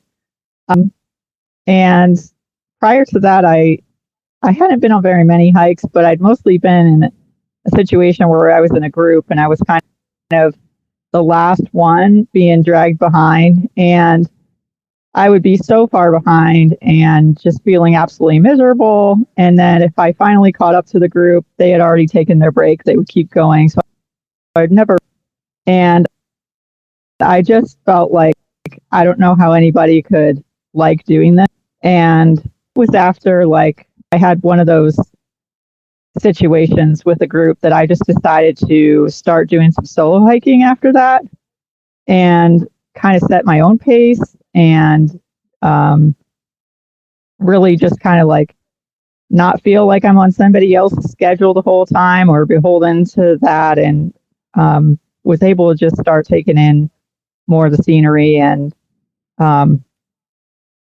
that's kind of how I really, ended up falling in love with hiking. And I eventually took that to doing a little bit in the Smoky Mountains when I lived down south, because I lived so far away from there with like a 8-hour drive. So I really could only make it out there like once or twice a year if I was lucky. But it was always a special time to go out there. Then we moved to Maine in 2021, and I was really excited by all the just a lot more opportunities for hiking that were out here, and getting a little bit into scrambling, which I had only seen just like a fraction of, but I was before that, I still, I liked the mountains, but I was okay also doing just like flat rolling hills. But when I was scrambling, I was just, this is the jungle gym I've been missing all my life. And I wanted to figure out how I could do more of that. So I was really excited to just kind of start exploring more, looking at, what things I could do in the future, if I could do Katahdin and other things. So yeah, it was nice, for me to find out that I liked it, but that was kind of how I ended up getting into it. Right. And then as far as so group hiking didn't work for you because you probably didn't match up well with the other hikers as far as pacing and their view on it. And then with the solo hiking, have you now swung it around a little bit? Have you found a crew to get out there that vibes with you as far as pace and the way that you like to do things, or you've mostly stuck with solo hiking? Or I know you hike with a dog as well. Yeah, I've gotten out with groups, but still mostly solo hiking. It just really, is an entirely different experience, a way to experience wildlife, a way to experience the actual sounds of nature without the sounds of others. I can appreciate a good group to be with, and I have a mentality on some groups that I just kind of maybe choose not to even participate. If I'm going to be that one that's dragged along, I just won't go. Right. But or I make an agreement in advance that I'm like, okay, well, if it's going to be this way, like, you guys go, like, don't wait for me. I'm, perfectly fine. But I would say, I know your background, you've found, a lot more groups to go with. I would say, I've found more of an appreciation of certain groups, but I so much more prefer it as a solo activity. Right. And the dog's pretty cool to come with. Yeah, the dogs are always fun for sure. And then as far as the areas that you hike, so you're in Maine, so I'm assuming you, like you said, you get a lot of opportunity to go hiking in Maine. But have you done a lot of hiking in New Hampshire and in the White Mountains as well?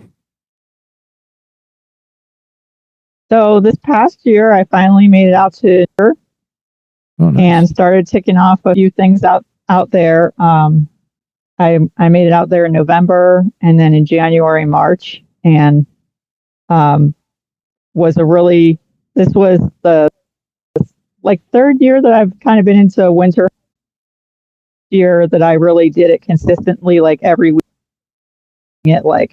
occasionally, and wanting to try to do more with that. And I never expected I would, but it really is amazing. So I do want to check out some more up there in New Hampshire, but unfortunately the drive often hurts more than the actual hike. It's tricky in northern New England. If you got to go like east to west, it's not easy, right? It's actually, I find it a lot easier to go like from Massachusetts. I can go quickly on the interstates, but if you're going west, it becomes tricky. It's a long, slow drive. You're going at 45, 55 miles an hour max. Right. So, and then curves and moose and weather exactly. Now, did you have a particular winter hike that you did this year in New Hampshire that you thought stood out among the others? So I think it was technically still but Lafayette and down Liberty was really awesome because it was winter conditions, being in the fall up there. And I loved how the new icicles forming and how the structure of those even look like like the winter version of flowers. And I take a lot of pictures, and I always love noticing the small details of things like that. And so, but also going in the season with more of the snow, making my full distance I wanted to. I ended up kind of doing part of the ridge and coming back down that way, but it was still like just it was really incredible. So I would do it again, even just not even like taking another one. I would pick that route again, even potentially, as just trying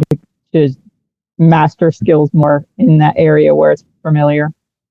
Right. Yeah. And I would say that if you mentioned that you like the more peaceful hikes too, and there's nothing quieter and more peaceful than a winter hike when the ground's covered with snow and you're kind of in an area where no one else is around. It's something else. So I know Maine's got a lot of those options too, but I figured I would ask you about New Hampshire given the topic of our show. But Zara, the main reason why we wanted to connect with you, and you were kind to offer this to us, is that we don't often, we talk about search and rescues, and we talk about, we cover the news events that come through, and then we have a lot of people on that are involved with search and rescue. So we get the perspective of rescue events from the rescuer side, but we don't have a ton of people that we've talked to in the past that have been like the actual kind of victim of a rescue, or been the person that gets carried out on a rescue, or needs to get pulled down from a mountain. But you had kindly offered, so you had an incident where you did need a rescue, and you had offered to kind of tell your story. So can you give us some background about what was the circumstances around, where were you hiking, and what happened that caused you to have to call for a rescue? Yeah. So this was cool. It was one that I hadn't made it up to yet, like a 1,300 foot mountain. One that kind of a lot of people in the area have climbed. Wasn't one that I had done yet, and we were visiting for Thanksgiving, and we were the day after Thanksgiving, and other was actually I cooked Thanksgiving dinner, and so we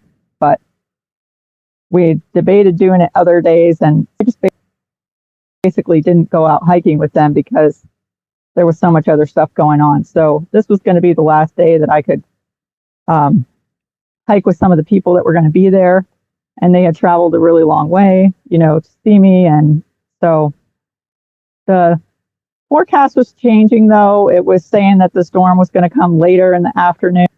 So we kind of thought that be able to go out that morning, we could make it back really before it, started, or before any,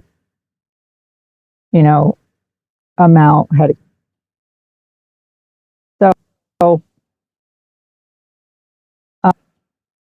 I was kind of in a hurry because I was preparing what we were going to have for that night. And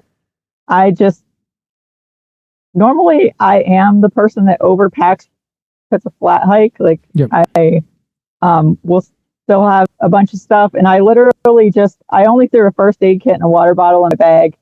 And I just, kind of hurried up and, was wearing like cotton leggings, and it's just like terrible. And I cringe even saying it. And just threw on like 2 layers of shirts, like one was synthetic, one was cotton. And I grabbed like the first coat I found, which was my kind of, and so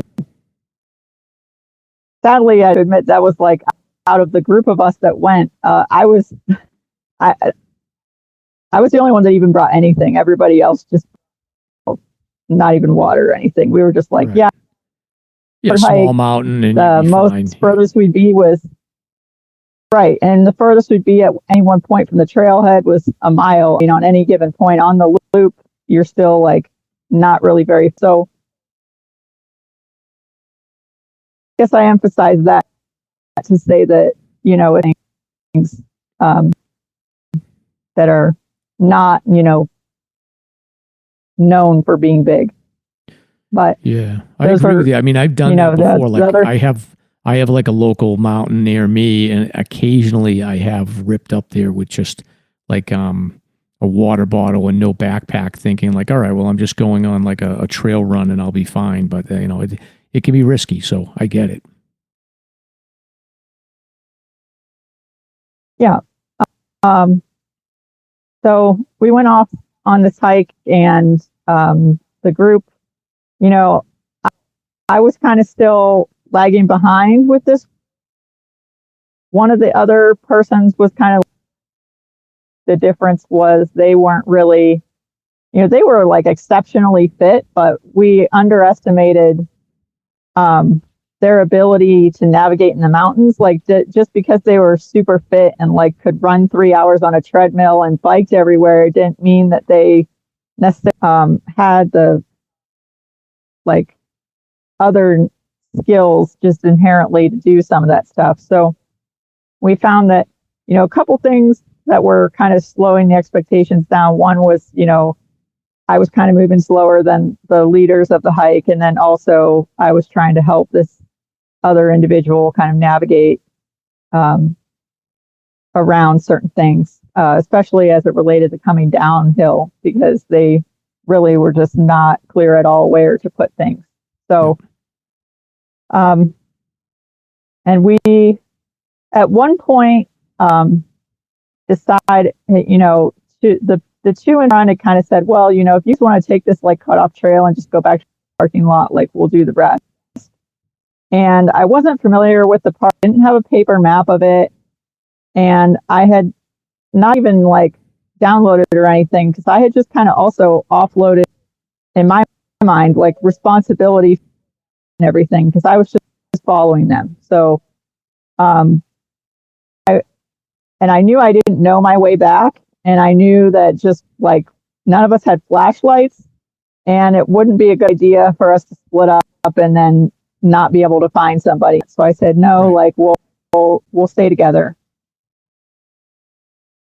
We, got to the top of the second peak, which it's a twin peaked mountain. And then we were coming down, and the way you come down is name up. So there's a couple different ways, but we were coming down. We really didn't know what we were getting in. And when there's two kind of like ledges where you would have to scramble, but they're super steep, and the rock in some cases is very flimsy. It breaks away very easily. So we made it past the first one, which is actually like much harder to make it down very carefully, but it was really slow going because it had started snowing. We could see the snow clouds off in the distance, but it wasn't any significant accumulation. We were just kind of carefully making our way down. Right. And then where we got to the second point, gone ahead.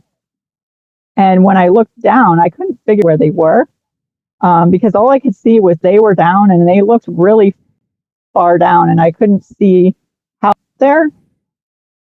And by this time, the snow had evacs for where they would have stepped. So there was a little bit of, there was no way to see where they went, and there was like, I could see that indicated which way. The only way I could see to be able to get down there. So I had kind of called out to them to turn around and, how did you get down there?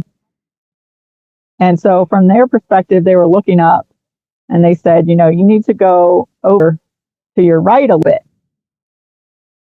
So I went over to my right a little bit, as much as I thought they had said.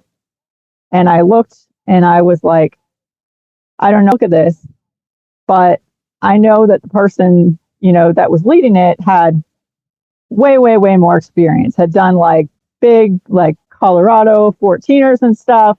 And so I was just kind of like, okay, well, and then they were also like, we need to hurry. Like it's going to get dark. Like we need to get out of here.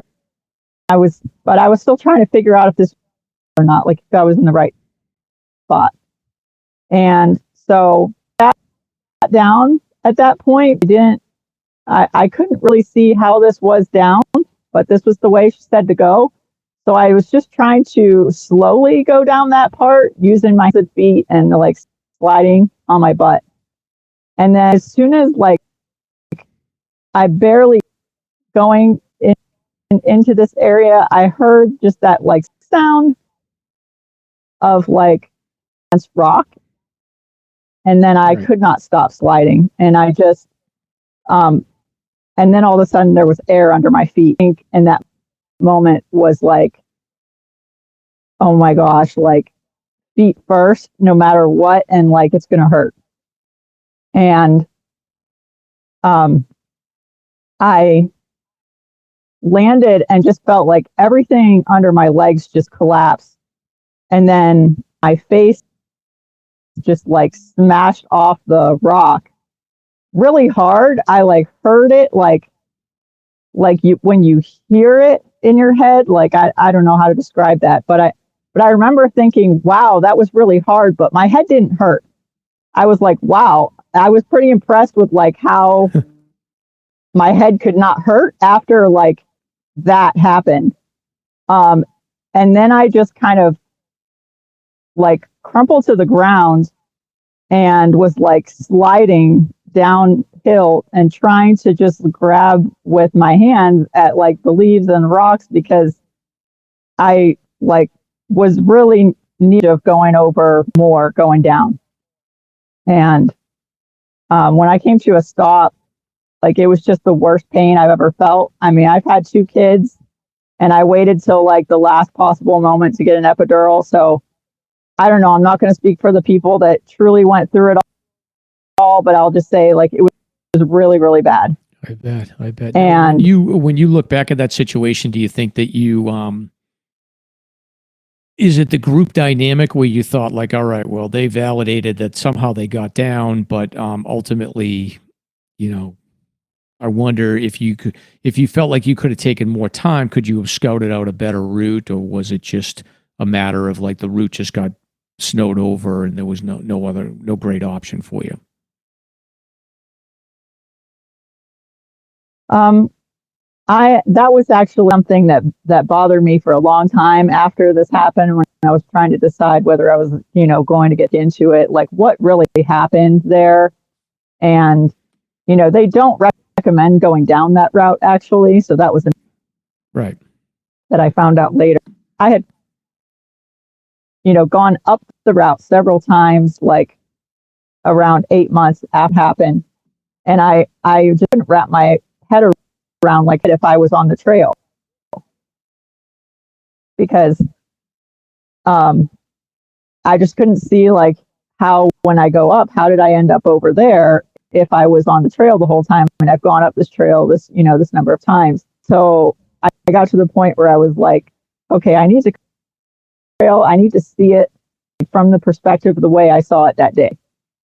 So when I go down the trail, then I was able to see that, like where one of the markers is, if you go a little bit to the left 10 feet instead of the right, that puts you off trail, but it's not necessarily that you're on trail. And if you've done the trail numerous times, it's very clear I was over about 30 feet, not 10 feet from where I was. And if I had gone about 30 feet, then I literally would have been able to like slide like a slip and slide at a kid's park and not really had any issue. But it just, I think if I would have had more time just to think about where, but then it was the pressure of like, okay, it's going to get dark and, they need to go and, this was right. So I'm just, right. And, I definitely, one of my things, don't, like, if you're not sure about the footing, it's your feet, and I can't think of many times where for the sake of running or just being faster for the sake of moving faster is the best option. There's not many of them, in my opinion. And certainly, that's true. You just, lightning might be one of them. I agree with you. I think, but Yeah, yeah, exactly. If you're getting chased by an animal or something, then run. But for the most part, you want to be sure of your footing. So when you landed there and you said you're feeling a lot of pain at this point, are you able to consciously realize how long did it take you and your group to sort out the fact that the injuries were such that you guys were not going to be able to get you out of that area on your own, and that you needed assistance from a rescue team? So one of the members in the group was a nurse, and they immediately knew, seeing like I could not at all move or lift one of my legs. I couldn't move it at all. And I couldn't for myself to even get my backpack off. So even to get into my backpack, to get anything out of it, like the first aid kit or like my phone or like thing that was just all in my backpack, like I couldn't get to any of it.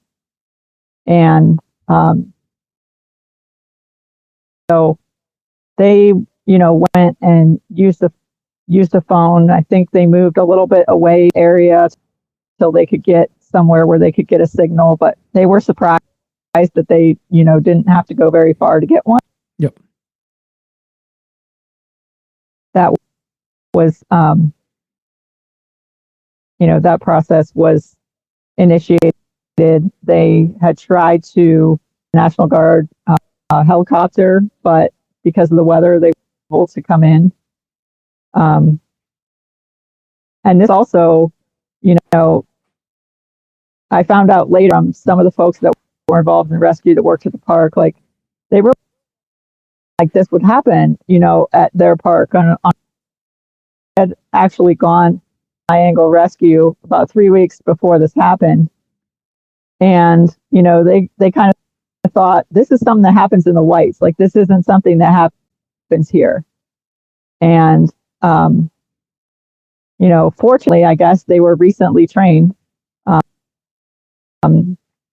Not that anybody wants that to happen, but they definitely put their skills, that they learned to use.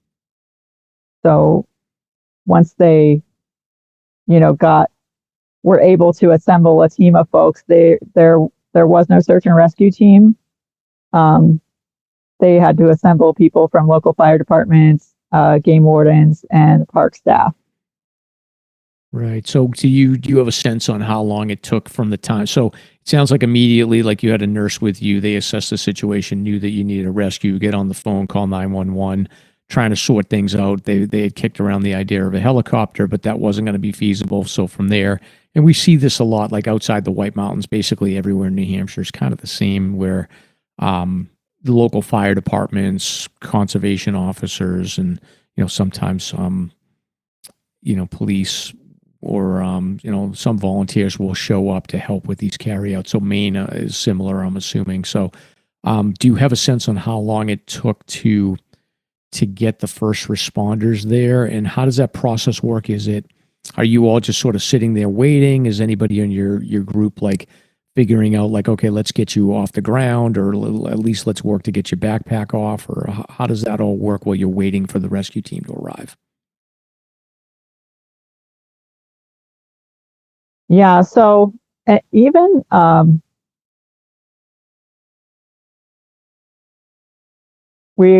there was no talking about getting me off the ground because of the fear of a spinal injury and worse, the head injury, and we had anyway.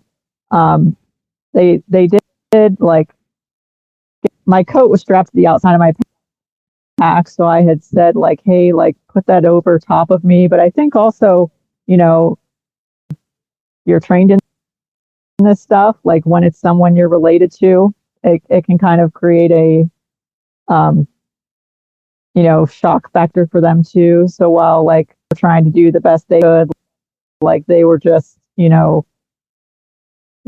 their own hat, and it didn't matter that I had a first aid kit. Like they were just like, screw that, like just like kind of just going into like survival mode at that point. Like they, the fact that like they could see the bone, like this the skin was cut all the way to the bone on my head, I think was just like really the most pronounced, thing that was kind of really freaking them out, like thinking, that there could be more going on there and just really worried about time. So I was basically like, it was a rock, snow, and then, me kind of laying on that. I hadn't been wearing my coat because I had taken it off because I was sweating so much going up. And I was still like sweating on the way coming down. So really it was just like the snow was melting into anything, on me that was touching the ground. And so you start like getting cold, that way fast. But I really wasn't even thinking about the cold. Like the only thing I could think about, like even though I had multiple other injuries, the only thing that hurt so bad was like what I later found out was like I had broken my hip in 4 places. Oh, wow. Wow. So there's just a lot of pain that you're dealing with, and then the rest of the group is just basically there's not much they can do for you. Then it seems like. Right. Like they were, like using a hat to like put over, my face where there was obvious bleeding, but there was really, nothing else that they could do. The first responder to arrive, I think was a police officer. And he just kind of like stood there. Like I don't even recall him saying anything, but he just kind of stood, near the end, was just waiting for other people. Yeah. So I know like based on time of year, it would have been about another hour before it got dark. It was starting to be like dusk. How far it was around as far as the mileage goes? So it's approximately a 3-mile loop, and we were like a half mile to 3/4 of a mile from being done. So like we were not super far. Yeah. But that whole trail was just exceptionally steep coming down that whole way. So it took, I would say, like at least an hour. But there were people that were like running up trail, and then they were, they had to go get ropes and different things. So by the time there was someone that was a medic that arrived, and they had given me pain medicine, and then they put me on a backboard. Oh, sorry, they wouldn't give me that until they put me on the backboard. So that was that was interesting. But then I would say I know that whole process lasted about 2 hours. Obviously I wasn't really like I was fully awake during the whole thing, but not really keen on like the time of everything. Right. So what I know is that like I didn't really have anything. I see some of the like litters now where people have like almost like a stirrup to stand in with your other foot so you can kind of balance. But literally the only thing I had to even control like any balance for myself was just the handles on the basket. And so I was grabbing those with like a death grip the whole time because the slightest movement was just right. And the slightest movement was just an exceptional amount of pain. So I was holding on like with a death grip with both, even just on the backboard. So when they lowered that in to the Stokes basket, they didn't realize my hand was on that. Of course, my hand then got smashed in the basket. So they had to, figure that out. And then I was still ended up using my hands to hold on to the basket.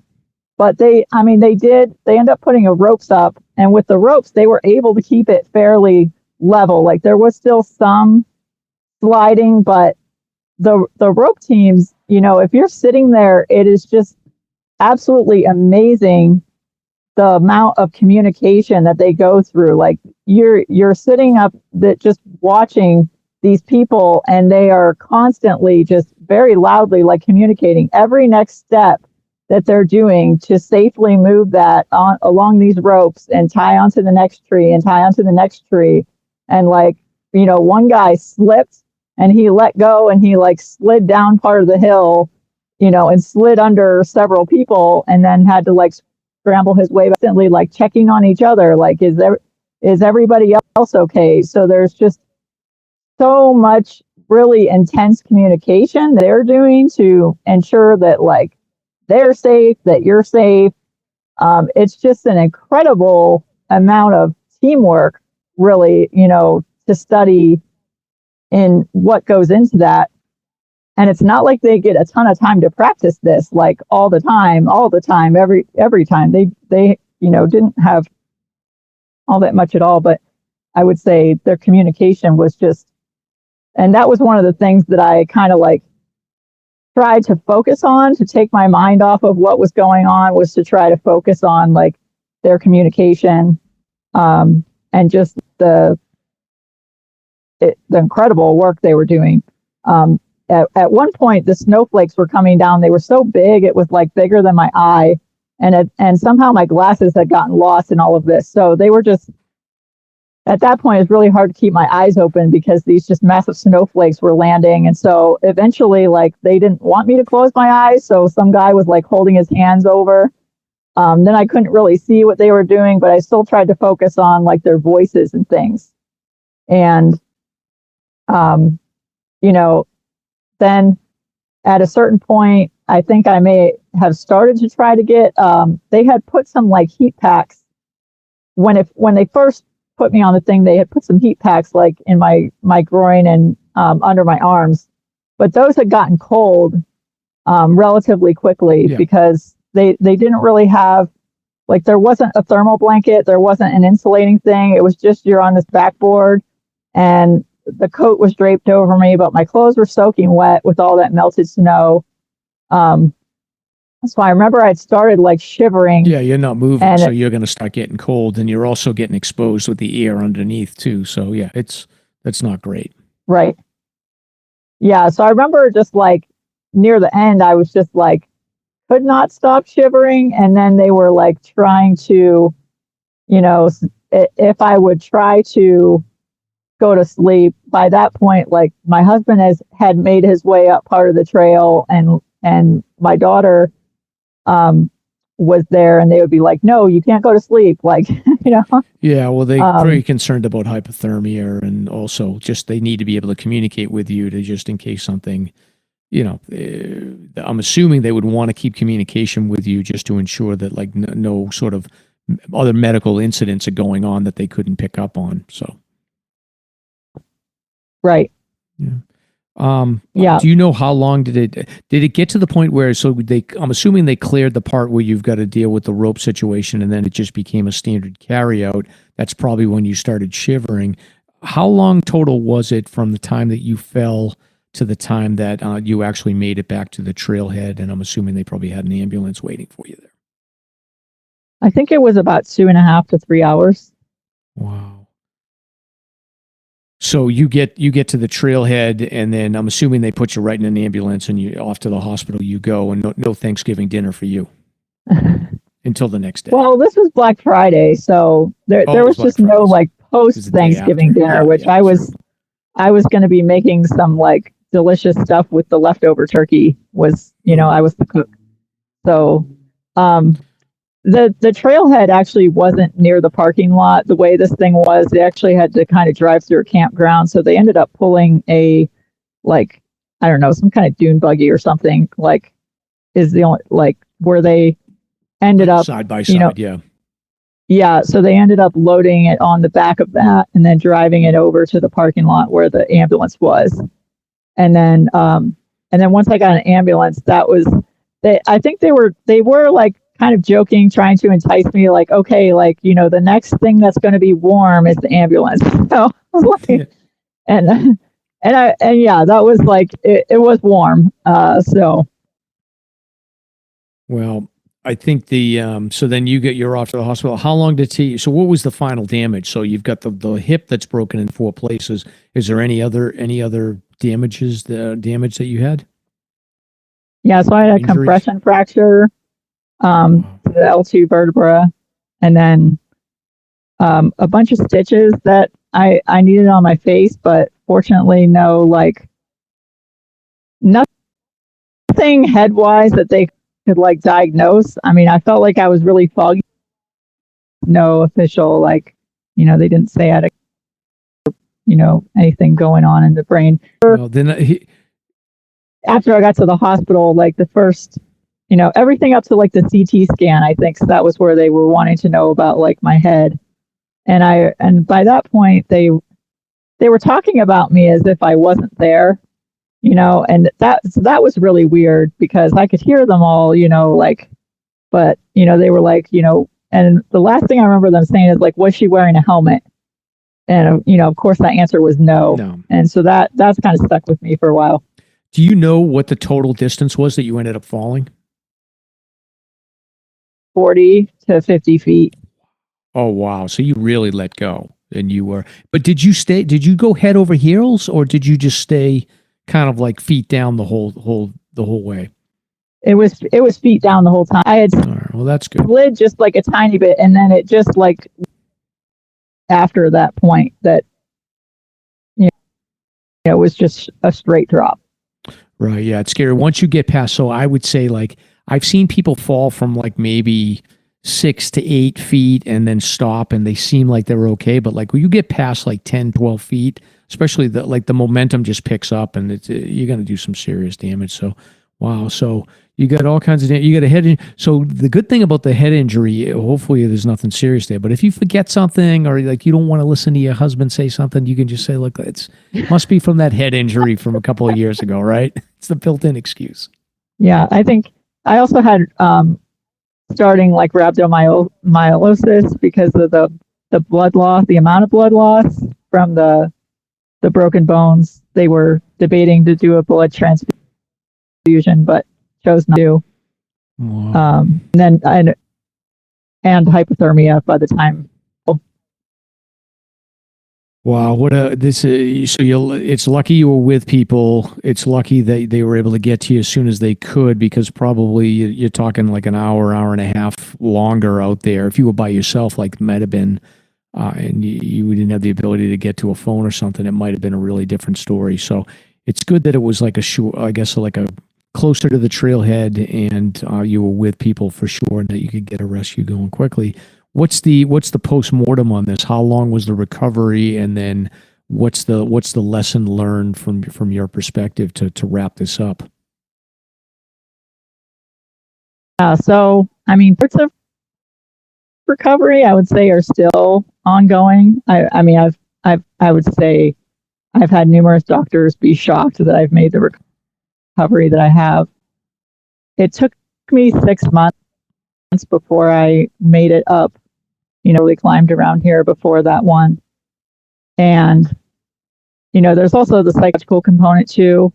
Yeah, I mean, when I first went up there, like all I could see in my head was like me tumbling down, rocks. And so there was, the physical aspect of just getting back to it, which was exceptionally difficult and took, a very long time. And then also the part of really looking at like, why do I climb? Because if I can't answer that, I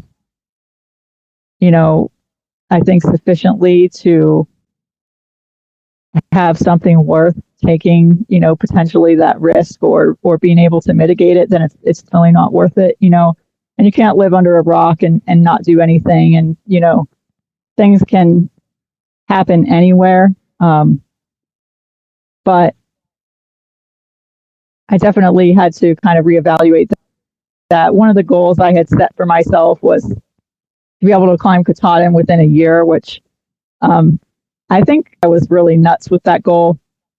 And I did not end up making that goal. I ended up making it halfway up Katahdin by the time I, had wanted to. But some of the hardware was still like really exceptionally painful, kind of holding back some of that recovery. So I ended up having surgery eventually to remove that. So then that took some time to let, some of the hollow out in that bone kind of reheal too, where it was sufficient to be able to rely on again. So it was almost 2 years later that I finally did climb Katahdin, and it was an absolutely just glorious day, and it was like the best scrambling ever. And I kind of didn't know what I thought. Maybe maybe this will be it, or I'll decide it just wasn't worth it. But the more Katahdin just kept going on with the scrambling, I was like, this is just absolutely great. Like,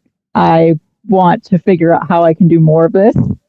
Right. And so I've actually sought out more opportunities to, climb more mountains with those characteristics and to climb Katahdin a few more times. So I've explored some of the other routes on it. And I will say I still have some routes that I want to do, but so far the ones with more scrambling are definitely my favorite. Yeah, I do like that. It's a bit of a puzzle, and from my perspective, we talk about this a lot. Like, I think going up the risky parts and then trying to come down in an easier way is preferable, but sometimes you can't.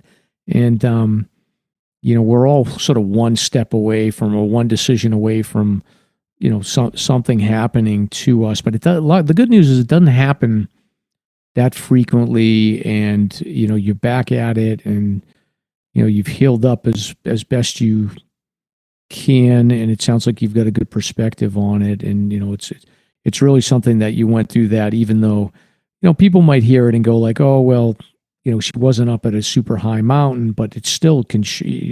It just shows that like it doesn't really matter. It's a testament to you that you were able to get back out there after something like this, and yeah. So.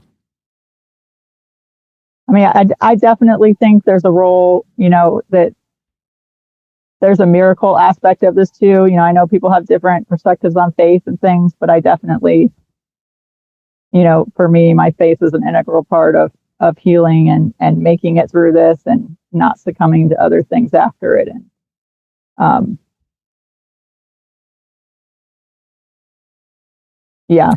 there's things that happen that just are unexplainable.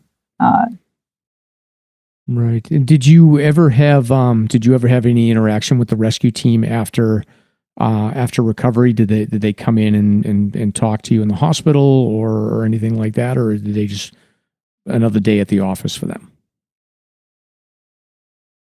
So, because they were kind of from a lot of different places, like I don't really know who they all were.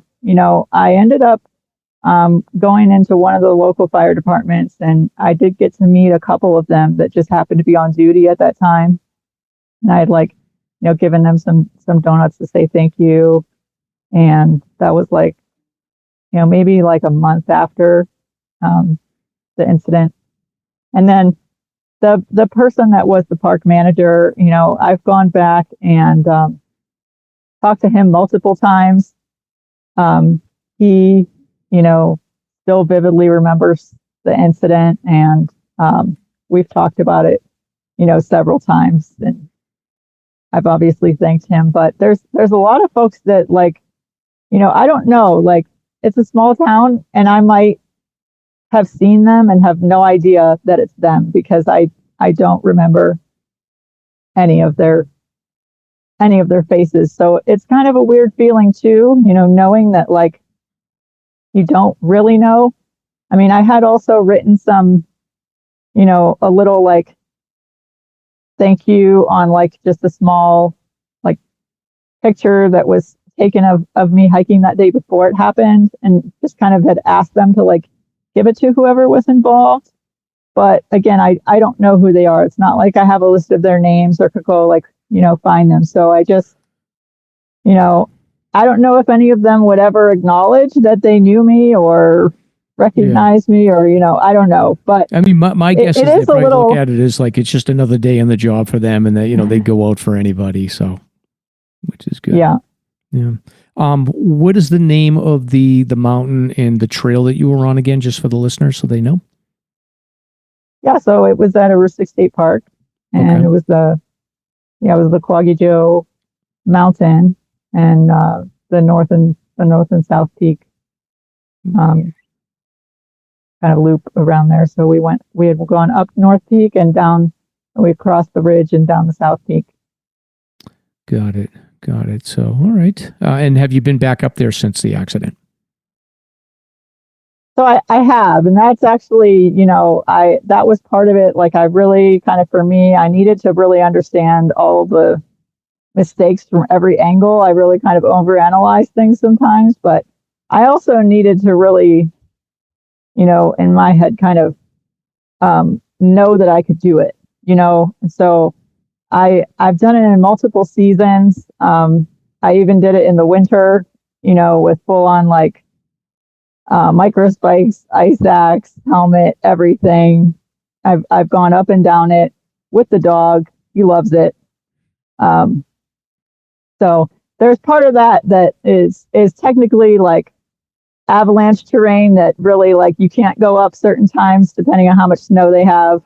Other months you can get around it because some people kind of make an informal trail through some of the trees around that rock slab, because otherwise the snow doesn't really stick to the rock slab unless it gets some ice to stick to. You just end up sliding right off of it. So right. But once it kind of melts and then freezes, then you can as long as the ice is stable, you can get a little, but it's not a frequently traveled route, especially on that south side. But the north side, you get a fair amount of traffic up on that one. Right. Well, Zara, I appreciate you taking the time to tell the story, and this is way up there. So someday I'm going to get back. I've been up here before, but I want to get back up into this area again for sure. But I appreciate you taking the time to share your story, and I'm glad that you're on the mend and you're getting back out there. And we'll definitely check in with you again. And if you get down to New Hampshire again, you definitely hit us up. I will hike at your pace if you want to join. I promise. So, but, okay. Thanks again. All right. Thank you.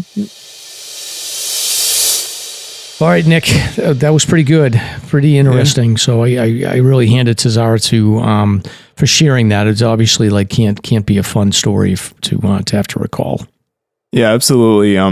Thank you, Zara, for kind of sharing your story and kind of giving that perspective. It's not something that I think we always really, like Mike mentioned, we don't chase people down to try to get their perspective from being rescued. But thank you for giving that perspective and kind of an honest take on what it was like going through something that harrowing and sharing it with us. I'm sure it wasn't easy to go through that and sort of relive the details and talk through it.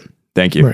Right. So yeah, and we'll stay in touch for sure. And if anybody has any questions about it, feel free to reach out and we get a message out to her. All right, Nick, so that's going to do it for this episode. 207's in the book. So just a reminder, if you are interested and you want to participate in Tay's Summit Challenge, we will put the links in the show notes. Again, you can sign up. Me and Nick are going to be doing it, and we're going to try to grind and get some elevation going for this fundraiser. So check it out, and we will see you next time. All right, bye, everybody. Thank you for listening. If you enjoyed the show, you can subscribe on Apple Podcasts, Spotify, Podbean, YouTube, or wherever you listen to podcasts. If you want to learn more about the topics covered in today's show, please check out the show notes and safety information at SLASRPodcast.com. That's SLASRPodcast.com. You can also follow the show on Facebook and Instagram.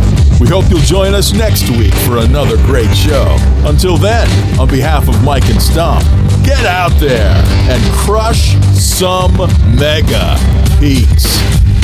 Now covered in scratches, blisters, and bug bites, Chris Staff wanted to complete his most challenging day hike ever.